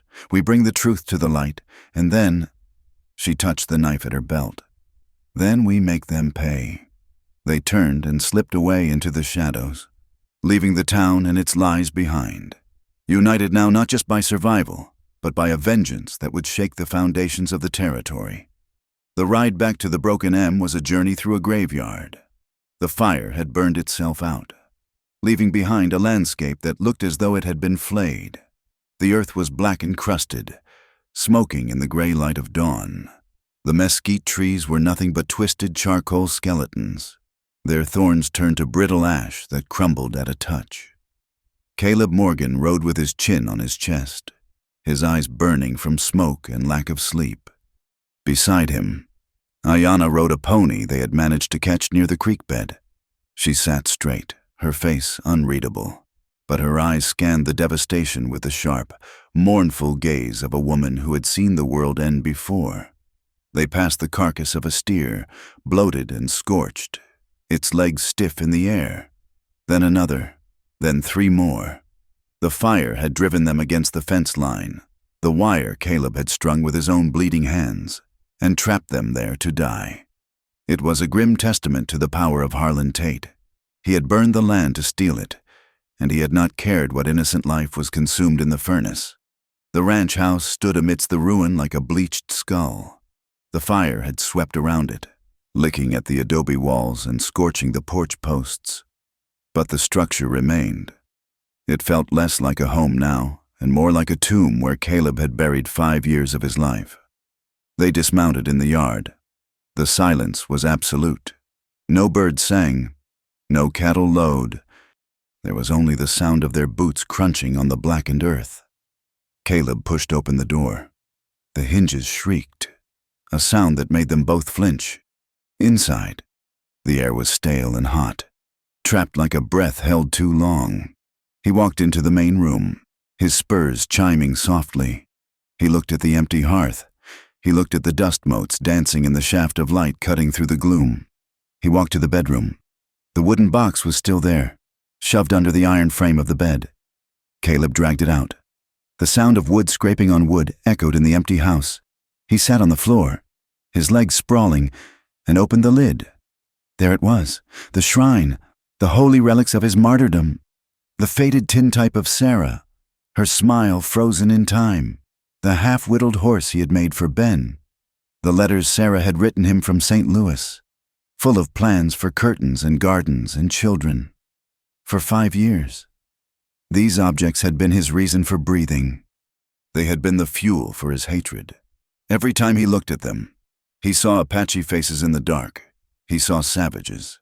He saw the enemy. But now, looking at Sarah's pale face, he did not see Apaches. He saw Harlan Tate's heavy, ringed hand pouring whiskey. He saw Sheriff Briggs laughing. He saw a business transaction written in blood. A low sound started in Caleb's throat. It was a growl, animalistic and raw. He grabbed the letters. The paper was brittle. He crushed them in his fist, the sound like dry leaves breaking. He tore them, shredding the ink and the promises into confetti. Lies, he choked out. It was all lies. He grabbed the wooden horse. He snapped the neck of the toy between his thumbs, the dry wood giving way with a sharp crack. He threw the pieces across the room. They skittered into the corner, meaningless debris. Then he picked up the locket. He opened it one last time. Sarah looked back at him, innocent and dead. She had been used. Her memory had been twisted into a weapon to clear a valley for cattle. Caleb shouted, a wordless roar of agony, and hurled the locket against the stone fireplace. It shattered, the silver casing twisted, the glass face popping out and shattering on the hearth. He collapsed forward, his forehead resting on the rim of the open box, his shoulders heaving. He did not weep silently this time. He choked on the grief, gasping for air as if the smoke were still filling his lungs. The rage was a physical pain, a poison that had been in his blood for so long that purging it felt like dying. Ayanna stood in the doorway. She had watched him destroy the altar of his past. She did not move to stop him. She knew that a wound must be cleaned before it can heal. And sometimes the cleaning hurts more than the cut. She walked into the room silently, her moccasins making no sound. She sat on the floor a few feet away from him. She did not touch him. She simply occupied the space, a solid, living presence in the house of ghosts. She waited while the storm inside him broke and rained itself out. Minutes passed, or perhaps hours. The sun moved across the floorboards. Finally, Caleb lifted his head. His face was ravaged, his eyes red-rimmed and hollow. He looked at the scattered paper and the broken silver. Then he looked at Ayanna. I cannot bring them back, he whispered. His voice was raspy. Destroyed. I spent 5 years hating you, hating your people. I woke up every morning wishing you were dead. I know, Ayanna said softly. I cannot undo that, Caleb said. He looked at his hands, opening and closing them. I cannot scrub that stain off my soul, but I swear to you, Ayanna, I will not let them do it again. He sat up straighter, the steel returning to his spine. Tate and Briggs, they are using the same story, the same lies. They are going to paint the ground with your people's blood just like they did with Sarah's, and they are going to call it justice. I will not let that happen, even if it costs me my life, even if I have to burn in hell for it. Ayanna looked at him, studying the set of his jaw. She saw the resolve there, but she also saw the desperation. It is a heavy promise, Caleb Morgan, she said. And it is a dangerous one. It is the only thing I have left, he answered. Ayanna looked away, toward the window where the charred land stretched out. I could leave, she said quietly. I could take the others. We could go high into the Sierra Madre. There are places where the white men do not go. We could vanish. You would starve, Caleb said. Or the Mexican soldiers would find you, and Tate would win. He would take this valley, and the lie would become the truth. And if I stay, Ayanna turned her gaze back to him. If I stay and fight this white man's war, what then? Do you think the town will thank us? Do you think they will build a statue to the Apache woman who spoke the truth? No, they will still look at me with hate. They will still want my land. She wrapped her arms around herself. Trusting you, trusting this path. It feels like walking on thin ice over deep water. One crack, and I am gone. Caleb shifted, turning his body toward her. You are not walking it alone, not anymore.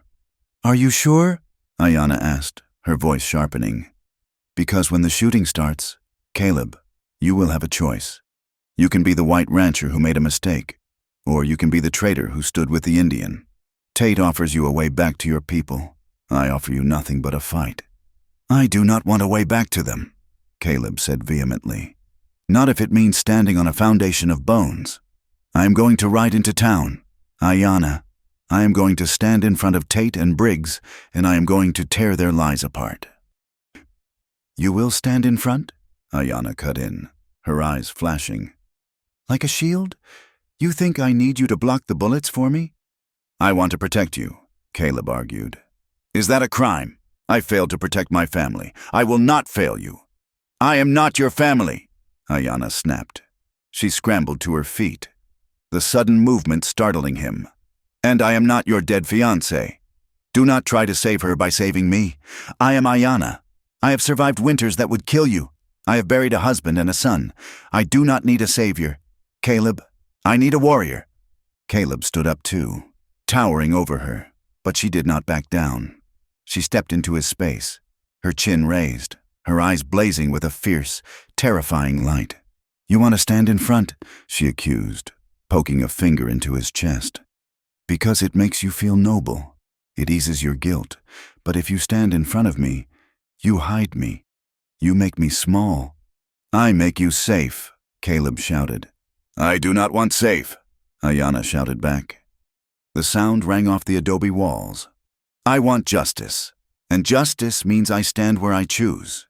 If we do this, we do it together, side by side, equal. They were breathing hard, standing inches apart. The anger in the room was hot and electric, but beneath it lay a current of something else, the same raw, desperate connection that had sparked in the cave during the fire.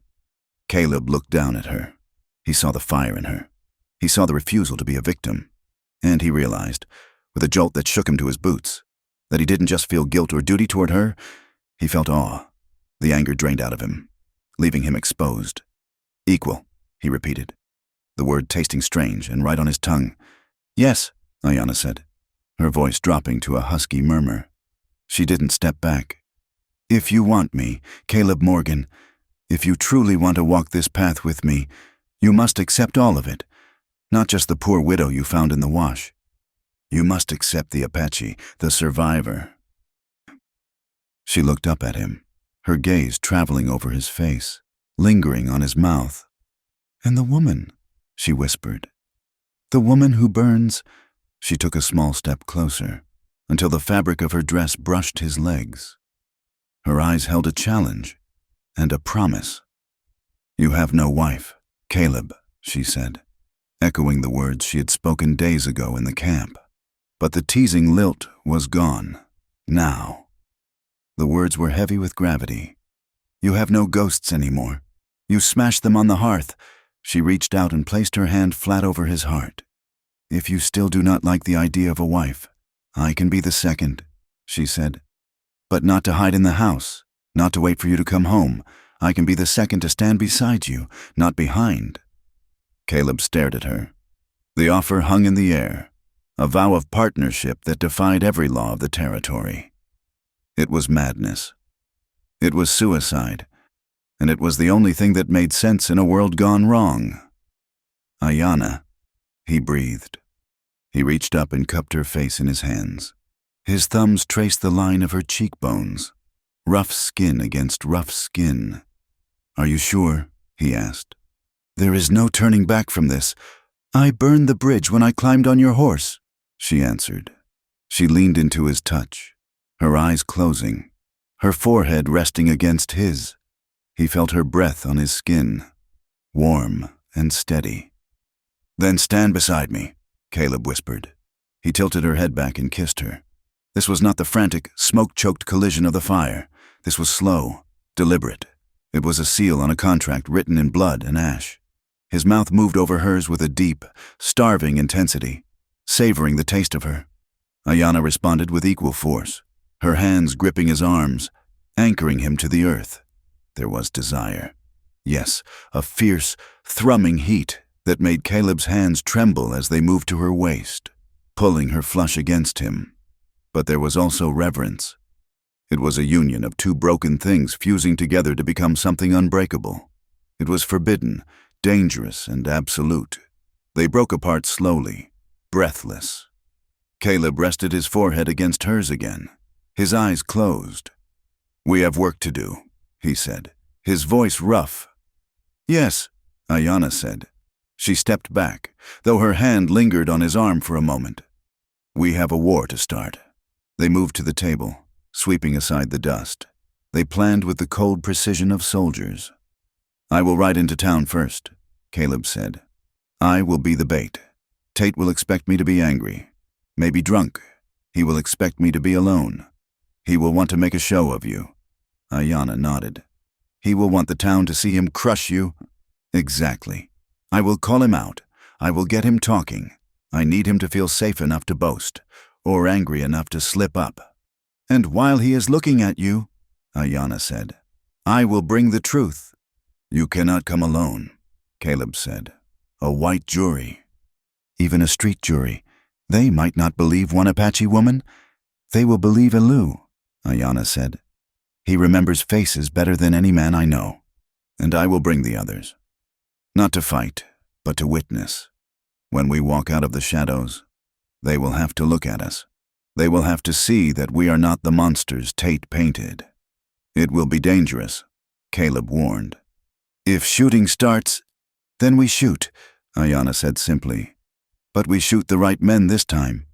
They spent the rest of the day preparing. Caleb cleaned his Winchester and his Colt revolver, oiling the actions until they were smooth as silk. Ayanna rode out to the hidden caves to retrieve Elu and the chosen witnesses.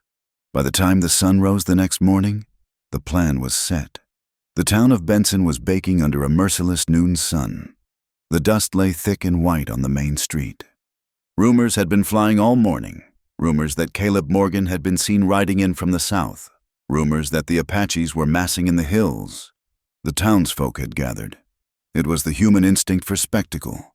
They lined the boardwalks, faces shadowed by hat brims, eyes anxious and hungry. Harlan Tate stood on the porch of the Golden Steer, a cigar clamped between his teeth. He looked confident, a king surveying his subjects. Sheriff Briggs stood beside him, his thumbs hooked in his gun belt, sweating profusely. "He is coming!" a boy shouted from the end of the street. Caleb rode in. He looked like a specter.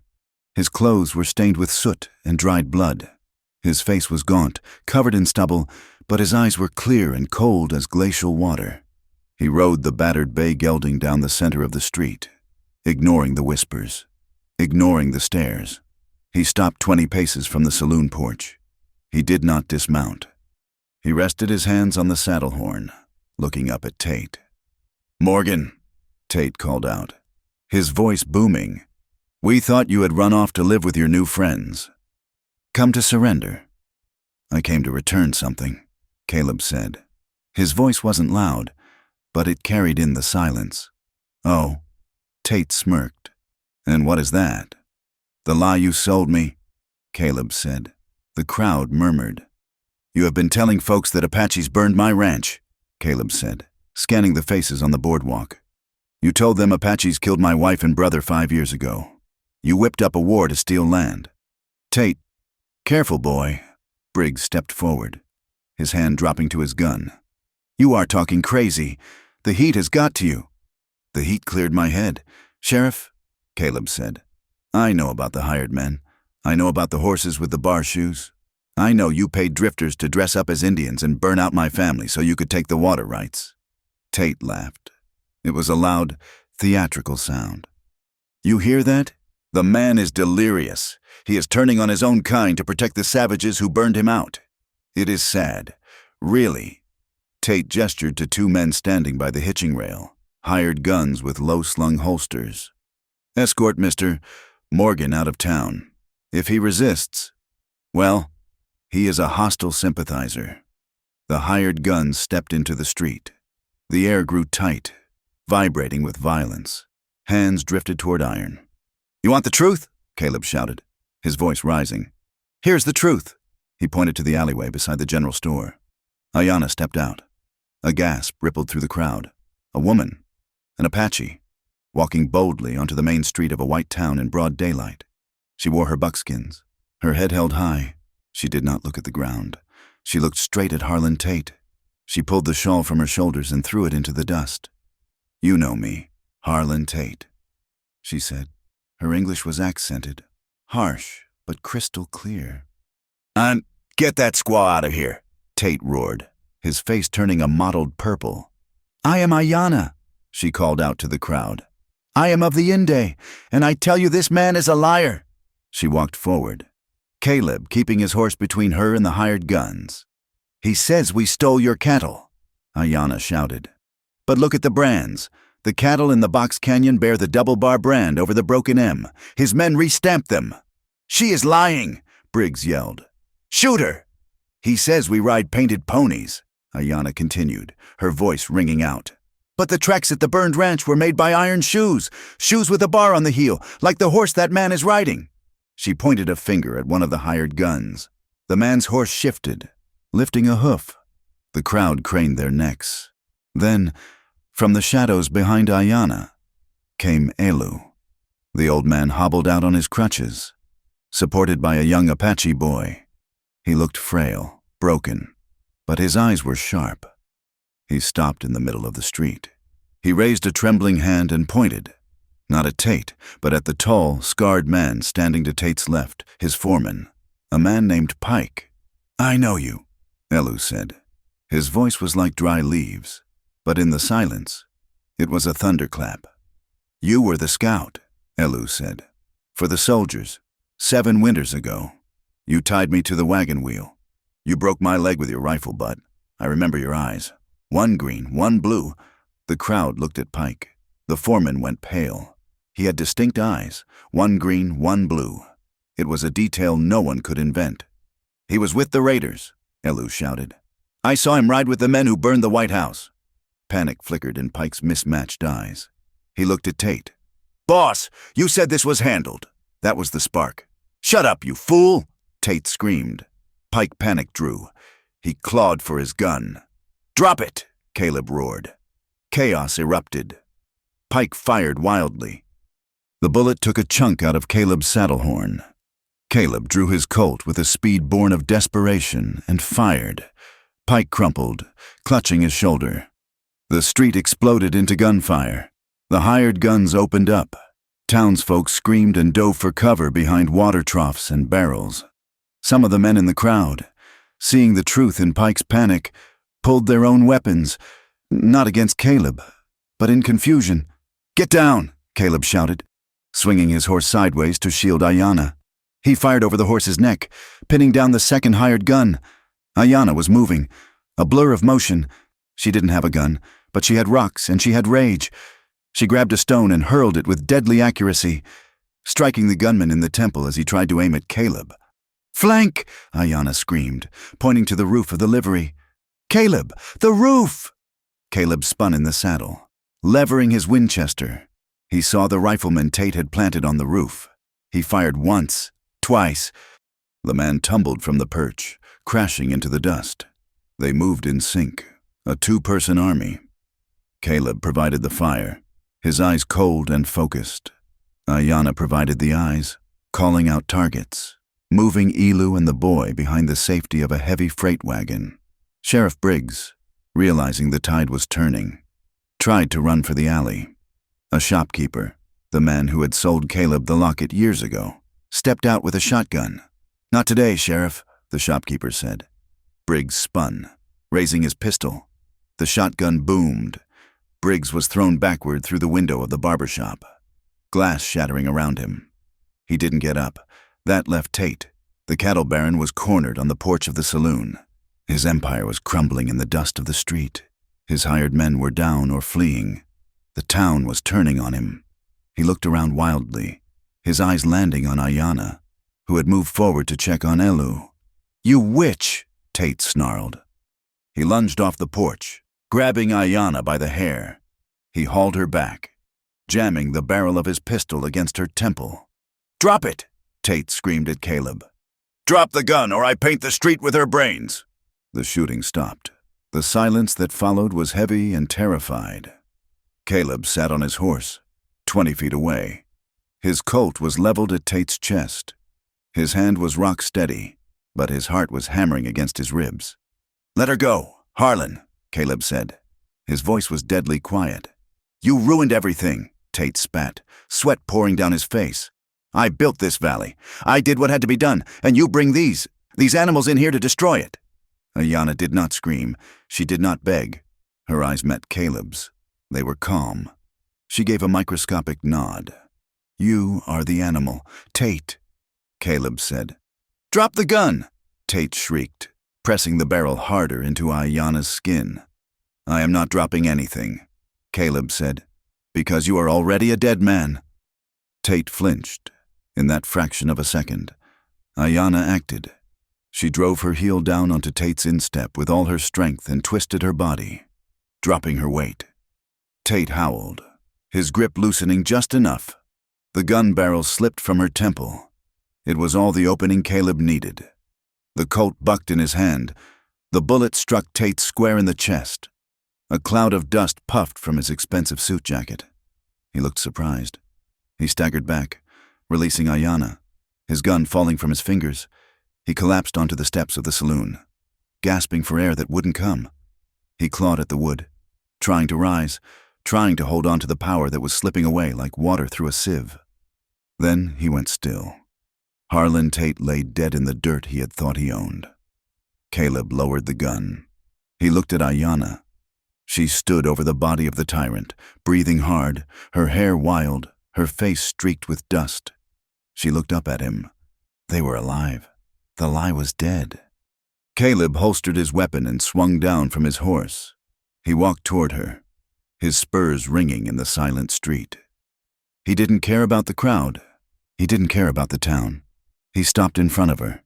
He reached out and took her hand. "Are you hurt?" he asked. "No," Ayanna said. She looked at the dead men, then at the stunned faces of the townsfolk peering out from their hiding places. "But it is not over."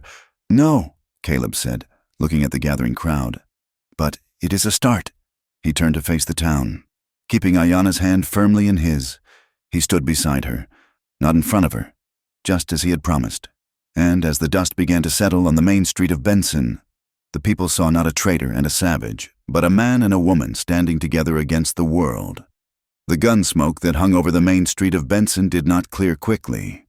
It lingered like a foul fog, clinging to the wooden awnings and the dust-coated windows, tasting of sulfur and copper. The silence that followed the final gunshot was not the silence of peace. It was the stunned, ringing silence of a world that had been violently cracked open. Harlan Tate lay on his back in the dirt, his expensive suit jacket absorbing the blood that pumped from his chest. His eyes were open, staring up at the sun he had tried to buy, fixed in a permanent expression of outrage. A few yards away, Sheriff Briggs was a crumpled heap amidst the shattered glass of the barbershop window. Pike, the foreman with the mismatched eyes, groaned in the dirt. Clutching a shattered shoulder, there was no cheering. The townsfolk of Benson began to creep out from behind water troughs and rain barrels, their faces pale and unreadable. They looked at the bodies. Then they looked at Caleb Morgan and the Apache woman standing beside him. Caleb stood swaying slightly, the adrenaline crash hitting him like a physical blow. His side, grazed days ago, throbbed with a renewed, sickening rhythm. He holstered his Colt, the metal hot against his leg. He felt the weight of 100 stares. "You killed the sheriff," a voice called out. It was the banker, a thin man who had often dined at Tate's table. "And Mr. Tate, you murdered them in the street." "It was a fair fight," the shopkeeper, Silas, shouted back, lowering his shotgun but keeping it ready. "Tate drew first. You all saw it. And Briggs was going to shoot a man in the back. He is a traitor," another voice hissed from the boardwalk. "Siding with the savages, bringing them here to kill white men." Caleb stepped forward. He did not look like a hero. He looked like a man who had walked through hell and smelled of smoke. He took Ayanna's hand, a gesture that caused a fresh ripple of murmurs through the crowd, and pulled her gently closer to him, presenting a united front. "I killed a liar," Caleb said. His voice was raspy, scraped raw by the smoke of the fire and the screams of the fight. "And I killed a thief. Look at them. Look at Pike. Ask him who paid him to burn my ranch 5 years ago. Ask him who paid him to wear moccasins and leave arrowheads in the ashes." Pike, pale and sweating, looked at the crowd. He saw no sympathy there, only fear. "Tate," he gasped out, eager to trade a dead man's reputation for a doctor's mercy. It was Tate. He wanted the water. The admission hung in the hot air. The truth was out, naked and ugly. The townsfolk looked at one another, shifting their feet. It was easier to believe in savage Indians than it was to believe that their own prosperity had been built on the murder of a young woman and a 10-year-old boy. The truth was messy. It required them to examine their own blindness. "Go home," Caleb said to the crowd. "Bury the dead. And tell the truth when the army comes. Because they are coming." The days that followed were a blur of tension and waiting. The army did not arrive immediately. In the vast distances of the territory, news traveled slowly, and regiments moved even slower. Caleb did not stay in town. He and Ayanna retreated to the burned-out shell of the Broken M, camping in the yard. They did not sleep much. They took turns watching the horizon, waiting for the dust cloud that would signal the arrival of the cavalry. When the soldiers finally appeared, 3 days later, they came in force, a column of blue uniforms riding 2 by 2, carbines resting on their thighs, a guidon snapping in the wind. They had come expecting a war. They had come to put down an Apache uprising that Harlan Tate had conjured out of smoke and lies. Instead of a town under siege, they found a town in mourning and confusion. The commanding officer was a man named Captain Reynolds. He was a career soldier with a face like tanned leather and a mustache waxed to sharp points. He set up his headquarters in the hotel and summoned Caleb immediately. Caleb rode in alone. Ayanna waited on the ridge above the town with Elu and the others. It was too dangerous for her to be in the room with the soldiers yet. Caleb stood before the captain's desk. He was washed, shaved, and wearing a fresh shirt, but he still looked gaunt. He did not salute. He was not a soldier anymore. "I have a report here," Captain Reynolds said, tapping a piece of paper. "Telegram sent by Harlan Tate claiming the Apaches were burning the valley, claiming you had defected and were leading raids against your own people. I come here expecting to fight a war, Mr. Morgan. And instead, I find the man who sent the telegrams dead by your hand, and the sheriff dead by the hand of a shopkeep." Reynolds looked up, his eyes hard and assessing. "That looks a lot like insurrection to me. Why should I not hang you and hunt down the Apaches waiting in those hills?" Caleb met the captain's gaze. He did not flinch, because Tate was a liar. "Captain, he started the fires himself to panic the government into sending you. He wanted you to clear the land so he could buy it for pennies." "A convenient story," Reynolds said dryly, blaming the dead man. "I have witnesses," Caleb said. "But more than that, I have the truth. 5 years ago, my fiancé and brother were killed. I was told it was Apaches. I believed it. I hated them for it. I lived in that hate. Captain, I let it rot me from the inside out." Caleb leaned forward, placing his hands on the desk. "I was wrong. Tate's men did it. They killed a white woman to start a war. If you ride out against the band in the hills, you are finishing the job a murderer started. You are being used, just like I was." Reynolds was silent. He was a man of order, not passion. He disliked disorder, and he disliked being played for a fool even more. "And the woman?" Reynolds asked. "The Apache. Rumor says you are cohabitating." "She saved my life," Caleb said simply, "and I saved hers. If that is a crime, Captain, then you can hang me, but you will have to look me in the eye when you do it." The door opened. It was not a soldier. It was Silas, the shopkeeper. Behind him was the livery owner, a man named Henderson who had once cheated Caleb on cattle prices, and behind him, a weathered farmer whose son had died in a suspicious accident on Tate's range. "Captain," Silas said, taking off his hat. "Mister, Morgan is telling the truth. We saw Tate hold a gun to the woman's head. We heard Pike confess. Tate was a poison to this town. We did not see it before," Henderson added gruffly. "Or maybe we did not want to, but we see it now. If you go after those Indians, you are doing the devil's work." The support was grudging, wary, and unexpected. These men did not love Apaches. They likely never would, but they hated being lied to, and they hated the idea that their fear had been manipulated by a man who treated them like dirt. Reynolds looked at the townsfolk, then back at Caleb. He sighed, rubbing his temples. He saw the political quagmire opening up beneath his boots. If he attacked the Apaches now, with half the white town claiming they were innocent of the recent troubles, the newspapers back east would have a field day. "I cannot simply let them roam," Reynolds said finally. "My orders are to secure the area." "They do not want to roam," Caleb said. "They want to live. They are mostly widows and children. Captain, let them stay in the High Valley. Let them be." "I cannot allow them in town," Reynolds said sternly. "And I cannot allow them near the main road. If they stay north of the Sleeping Rock Ridge, and if they stop trading in Benson, I will consider them pacified. I will not pursue." It was not justice. It was segregation.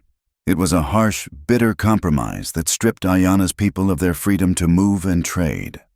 But in the year 1878, in the Arizona Territory, not being massacred was the closest thing to mercy anyone could hope for. "I will tell them," Caleb said. "And Morgan," Reynolds added as Caleb turned to leave. "Watch your step. The law is thin out here. If I hear of any more trouble, I will come back, and I will not be asking questions." Caleb rode out to the ridge where the Apaches waited. The sun was setting, casting long, bloody shadows across the scrub. The mood in the makeshift camp was brittle. The widows clutched their children. Goyakla stood with his hand on his knife, watching the distant dust of the town. When Caleb rode up, 50 pairs of dark eyes fixed on him. They expected betrayal. They expected him to lead the bluecoats to them. Caleb dismounted. He walked to where Ayana stood beside Elu. She looked tired. Her shoulders slumped under the weight of the waiting. "The soldiers are staying in town," Caleb announced. His voice carried over the wind. "They are not coming for you." A collective breath was released, a sound like the wind sighing through the pines. "But there are conditions," Caleb continued. "You must stay north of the Sleeping Rock. You cannot come into town. If you cross the line, they will attack. They pen us in like cattle. Goyakla spat. This is not freedom. It is life, Caleb said sharply. And it is the best I could get. He looked around the circle. He saw the suspicion still lingering in their eyes. He was still the white man. He was still the face of the enemy, even if he had fought beside them. I know you do not trust me, Caleb said. And I do not blame you. My hands are not clean. He held his hands out, palms up. They were scarred, calloused, and stained with the dust of the ride. For 5 years, I hated you, Caleb said. I wished death on this camp. My hate helped feed the fire that Tate used to burn us both. I cannot take that back. I cannot bring back the dead. He looked at Ayanna. She was watching him with a fierce intensity, her heart in her throat. I do not offer you rescue, Caleb said, turning back to Elu. And I do not offer you charity, but I have land. The broken M is scorched, but the creek still runs. The grass will grow back. I have cattle that need working, and I have fences that need mending. He took a breath. I offer you partnership. Work the land with me. We will share the beef. We will share the water. We will rebuild the house, not as master and servant, but as neighbors who bleed the same color. The silence stretched out. It was a radical offer. A white rancher sharing his spread with Apaches. It was unheard of. It was dangerous. Elu looked at Caleb. He studied the cowboy's face, looking for the lie. He looked at the scars on Caleb's hands and the exhaustion in his eyes. He saw a man who had lost everything and found something harder and truer in the ashes. Elu gave a small, sharp nod. The white man's words are usually like smoke.